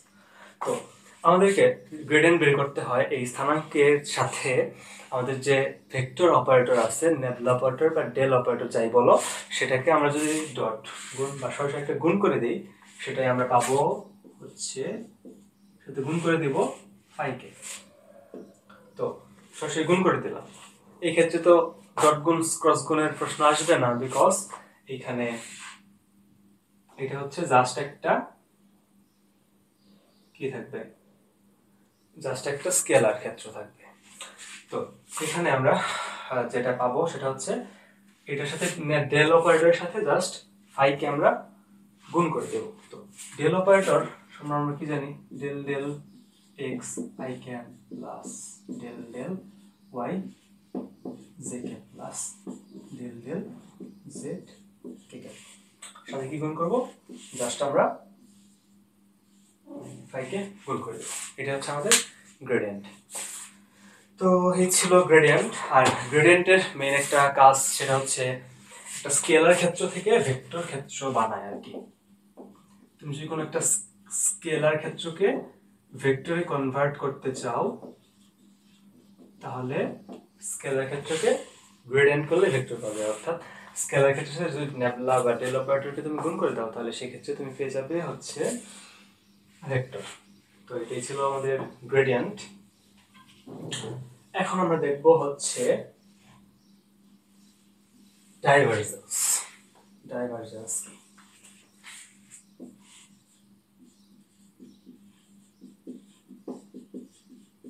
ডাইভারজেন্স। এখন আমরা আমাদের টপিক হচ্ছে ডাইভারজেন্স। ডাইভারজেন্স হচ্ছে কোন একটা ভেক্টর ক্ষেত্রে, আমরা একটু আগে দেখছি কি, একটু আগে দেখলাম হচ্ছে গ্রেডিয়েন্ট। গ্রেডিয়েন্ট হচ্ছে স্কেলার ক্ষেত্রের উপর, আর ডাইভারজেন্স হচ্ছে ভেক্টর ক্ষেত্রের উপর। কোন একটা ভেক্টর ক্ষেত্রের ফ্লাস্কের পরিবর্তন বা ভেক্টর ক্ষেত্রের যে পরিবর্তনের হার সেটা নির্দেশ করে হচ্ছে আমাদের ডাইভারজেন্স। ডাইভারজেন্স দেখো, ডাইভারজেন্স একটা ড আছে না, ড ড, ডাইভারজেন্স করতে হয় ডট গুণন, ডতে ডাইভারজেন্স, ডটে ডট গুণন। তাহলে ডাইভারজেন্স করতে আমি কি করব, ডট গুণন, ডট গুণন, ডট গুণন করব। তো ডাইভারজেন্স দ্বারা আমরা কি পাবো, কোন একটা ভেক্টর ক্ষেত্রে ফ্লাস্কের পরিবর্তন বা ভেক্টর ক্ষেত্রের পরিবর্তনকে আমরা ডাইভারজেন্সের মাধ্যমে বের করতে পারবো। তাহলে আমরা অবশ্যই এখানে একটা ভেক্টর ক্ষেত্র থাকবে, তাহলে আমরা সেই ভেক্টর ক্ষেত্রকে যদি আমরা ভি দিয়ে লিখি, এটা একটা ভেক্টর, ভেক্টরের সাথে যদি আমরা আমাদের যে ডেল অপারেটর বা নেবলা অপারেটর ছিল তাকে যদি আমরা ডট গুণফল করি, তাহলে আমরা এখান থেকে পাবো কি, ডাইভারজেন্স। তো ডাইভারজেন্সের ক্ষেত্রে আমাদের ডেল অপারেটরটা কি ছিল, আমরা এটা লিখে রাখি এখানে। আমাদের ডেল অপারেটর এটা ছিল del del X I K plus del del Y J K plus del del Z K K. এটা ছিল আমাদের নেবলা অপারেটর। নেবলা অপারেটরের সাথে এখানে নেবলা অপারেটরটা লিখবো, এটাকে লিখবো, এখানে লিখবো, লেখার পরে এর সাথে আমরা গুণ করব কি, ভি। ভি একটা ভেক্টর, ভি ভেক্টরকে আমরা ডট গুণ করব, V X I cap plus V Y J cap plus V Z K cap. যদি গুণ করি লিখে দিই, del del X I cap plus del del Y J cap plus del del Z K cap. এই দুটো ভেক্টরকে আমরা dot গুণ করব, তারপরে আমরা সেখান থেকে পাবো হচ্ছে ডাইভারজেন্স। এইভাবে আমরা ডাইভারজেন্স নির্ণয় করে ফেলতে পারবো। এভাবে ডাইভারজেন্স নির্ণয় করা যাবে, ডট গুণফল ছিল। তো ডাইভারজেন্সের মাধ্যমে আমরা পরিবর্তন, ভেক্টর ক্ষেত্রে পরিবর্তনের হার নির্ণয় করব। তো এই ক্ষেত্রে দেখো, ডাইভারজেন্সের মান বিভিন্ন ধরনের হতে পারে, পজিটিভ হতে পারে, নেগেটিভ হতে পারে, জিরো হতে পারে। যদি ডাইভারজেন্সের মান পজিটিভ হয়, ডাইভারজেন্সের মান হলো পজিটিভ, তাহলে কি হবে, ধরো এইখান থেকে একটা তড়িৎ ফ্লাস্ক উৎপন্ন হচ্ছে বা ভেক্টর যে কোনো একটা ফ্লাস্ক উৎপন্ন হচ্ছে। তো যদি পজিটিভ হয় তাহলে আমরা বুঝবো যে আমাদের এই ক্ষেত্রে সেই ফ্লাস্কটা ছড়িয়ে যাচ্ছে, মানে কোন একটা বিন্দু থেকে উৎপন্ন হয়ে চারিদিকে ছড়িয়ে পড়তেছে সেই ভেক্টর ফ্লাক্সটা। যদি নেগেটিভ হয় তাহলে আমরা বুঝবো যে কোন একটা জায়গায় ভেক্টর ফ্লাক্স গুলো একদম আর কি হয়ে যাচ্ছে, মানে একদম কেন্দ্রীভূত হচ্ছে, সেটা হচ্ছে আমাদের নেগেটিভ ডাইভারজেন্সের ক্ষেত্রে। তারপরে আমাদের আছে হচ্ছে ডাইভারজেন্স যদি জিরো হয়, জিরো হলে কি হবে, জিরো হলে ফ্লাস্কের কোনো পরিবর্তন হবে না। যদি এরকম থাকে আমাদের ফ্লাস্ক গুলো, ধরো এখানে গেল, এইখানে গেল, এখানে গেল, ফ্লাস্কের কোনো পরিবর্তন হচ্ছে, দিকের পরিবর্তন হয়, তাহলে পজিটিভ থাকলে ডাইভারজেন্স পজিটিভ হলে ফ্লাস্ক গুলো বাইরের দিকে ছড়িয়ে পড়বে, ডাইভারজেন্স নেগেটিভ হলে ফ্লাস্ক গুলো মনে ভিতর দিকে চলে আসে এরকম মনে হবে। আর যদি ডাইভারজেন্স জিরো হয় তাহলে সেই ক্ষেত্রে হবে ফ্লাস্কে কোনো পরিবর্তন হবে না। সেই ক্ষেত্রে এর একটা বিশেষ নাম আছে, ডাইভারজেন্স জিরোকে বলে সলিনয়েডাল। তো ডাইভারজেন্স জিরো হলে সেই ক্ষেত্রকে বলে আমরা সলিনয়েডাল বলবো, সলিনয়েডাল। সলিনয়েডাল কি, যে ভেক্টর ক্ষেত্রে ডাইভারজেন্সের মান জিরো তাকে বলবো আমরা সলিনয়েডাল ক্ষেত্র। সলিনয়েডাল লিখে দিলাম, সলিনয়েডাল হওয়ার শর্ত হচ্ছে ডট ভি এর মান হবে জিরো। ওকে, ক্লিয়ার? ক্লিয়ার। তো আমাদের ডাইভারজেন্স ক্লিয়ার। এরপর যদি আমরা দেখি কার্ল, এটাই হচ্ছে আমাদের last basic topic. Curl, CURL, curl. Curl হচ্ছে কার্লে কি আছে, ক, কার্ল। আর কার্লে হয় ক্রস গুণন, মনে রাখবো, কার্লে ক্রস গুণন। ডাইভারজেন্সের ডি ডট গুণন, কার্লে সি ক্রস গুণন। তো কার্ল সমান আমরা লিখবো, কার্ল কি করে, কার্ল হচ্ছে কার্ল দিয়ে কোনো একটা ভেক্টর ক্ষেত্র ঘূর্ণনশীল নাকি অঘূর্ণনশীল তা আমরা নির্ণয় করে ফেলতে পারি। এটাই হচ্ছে আমাদের কার্লের কাজ। তো কার্ল দিয়ে আমরা ভেক্টর ক্ষেত্রের ঘূর্ণন গতি বের করে ফেলতে পারবো।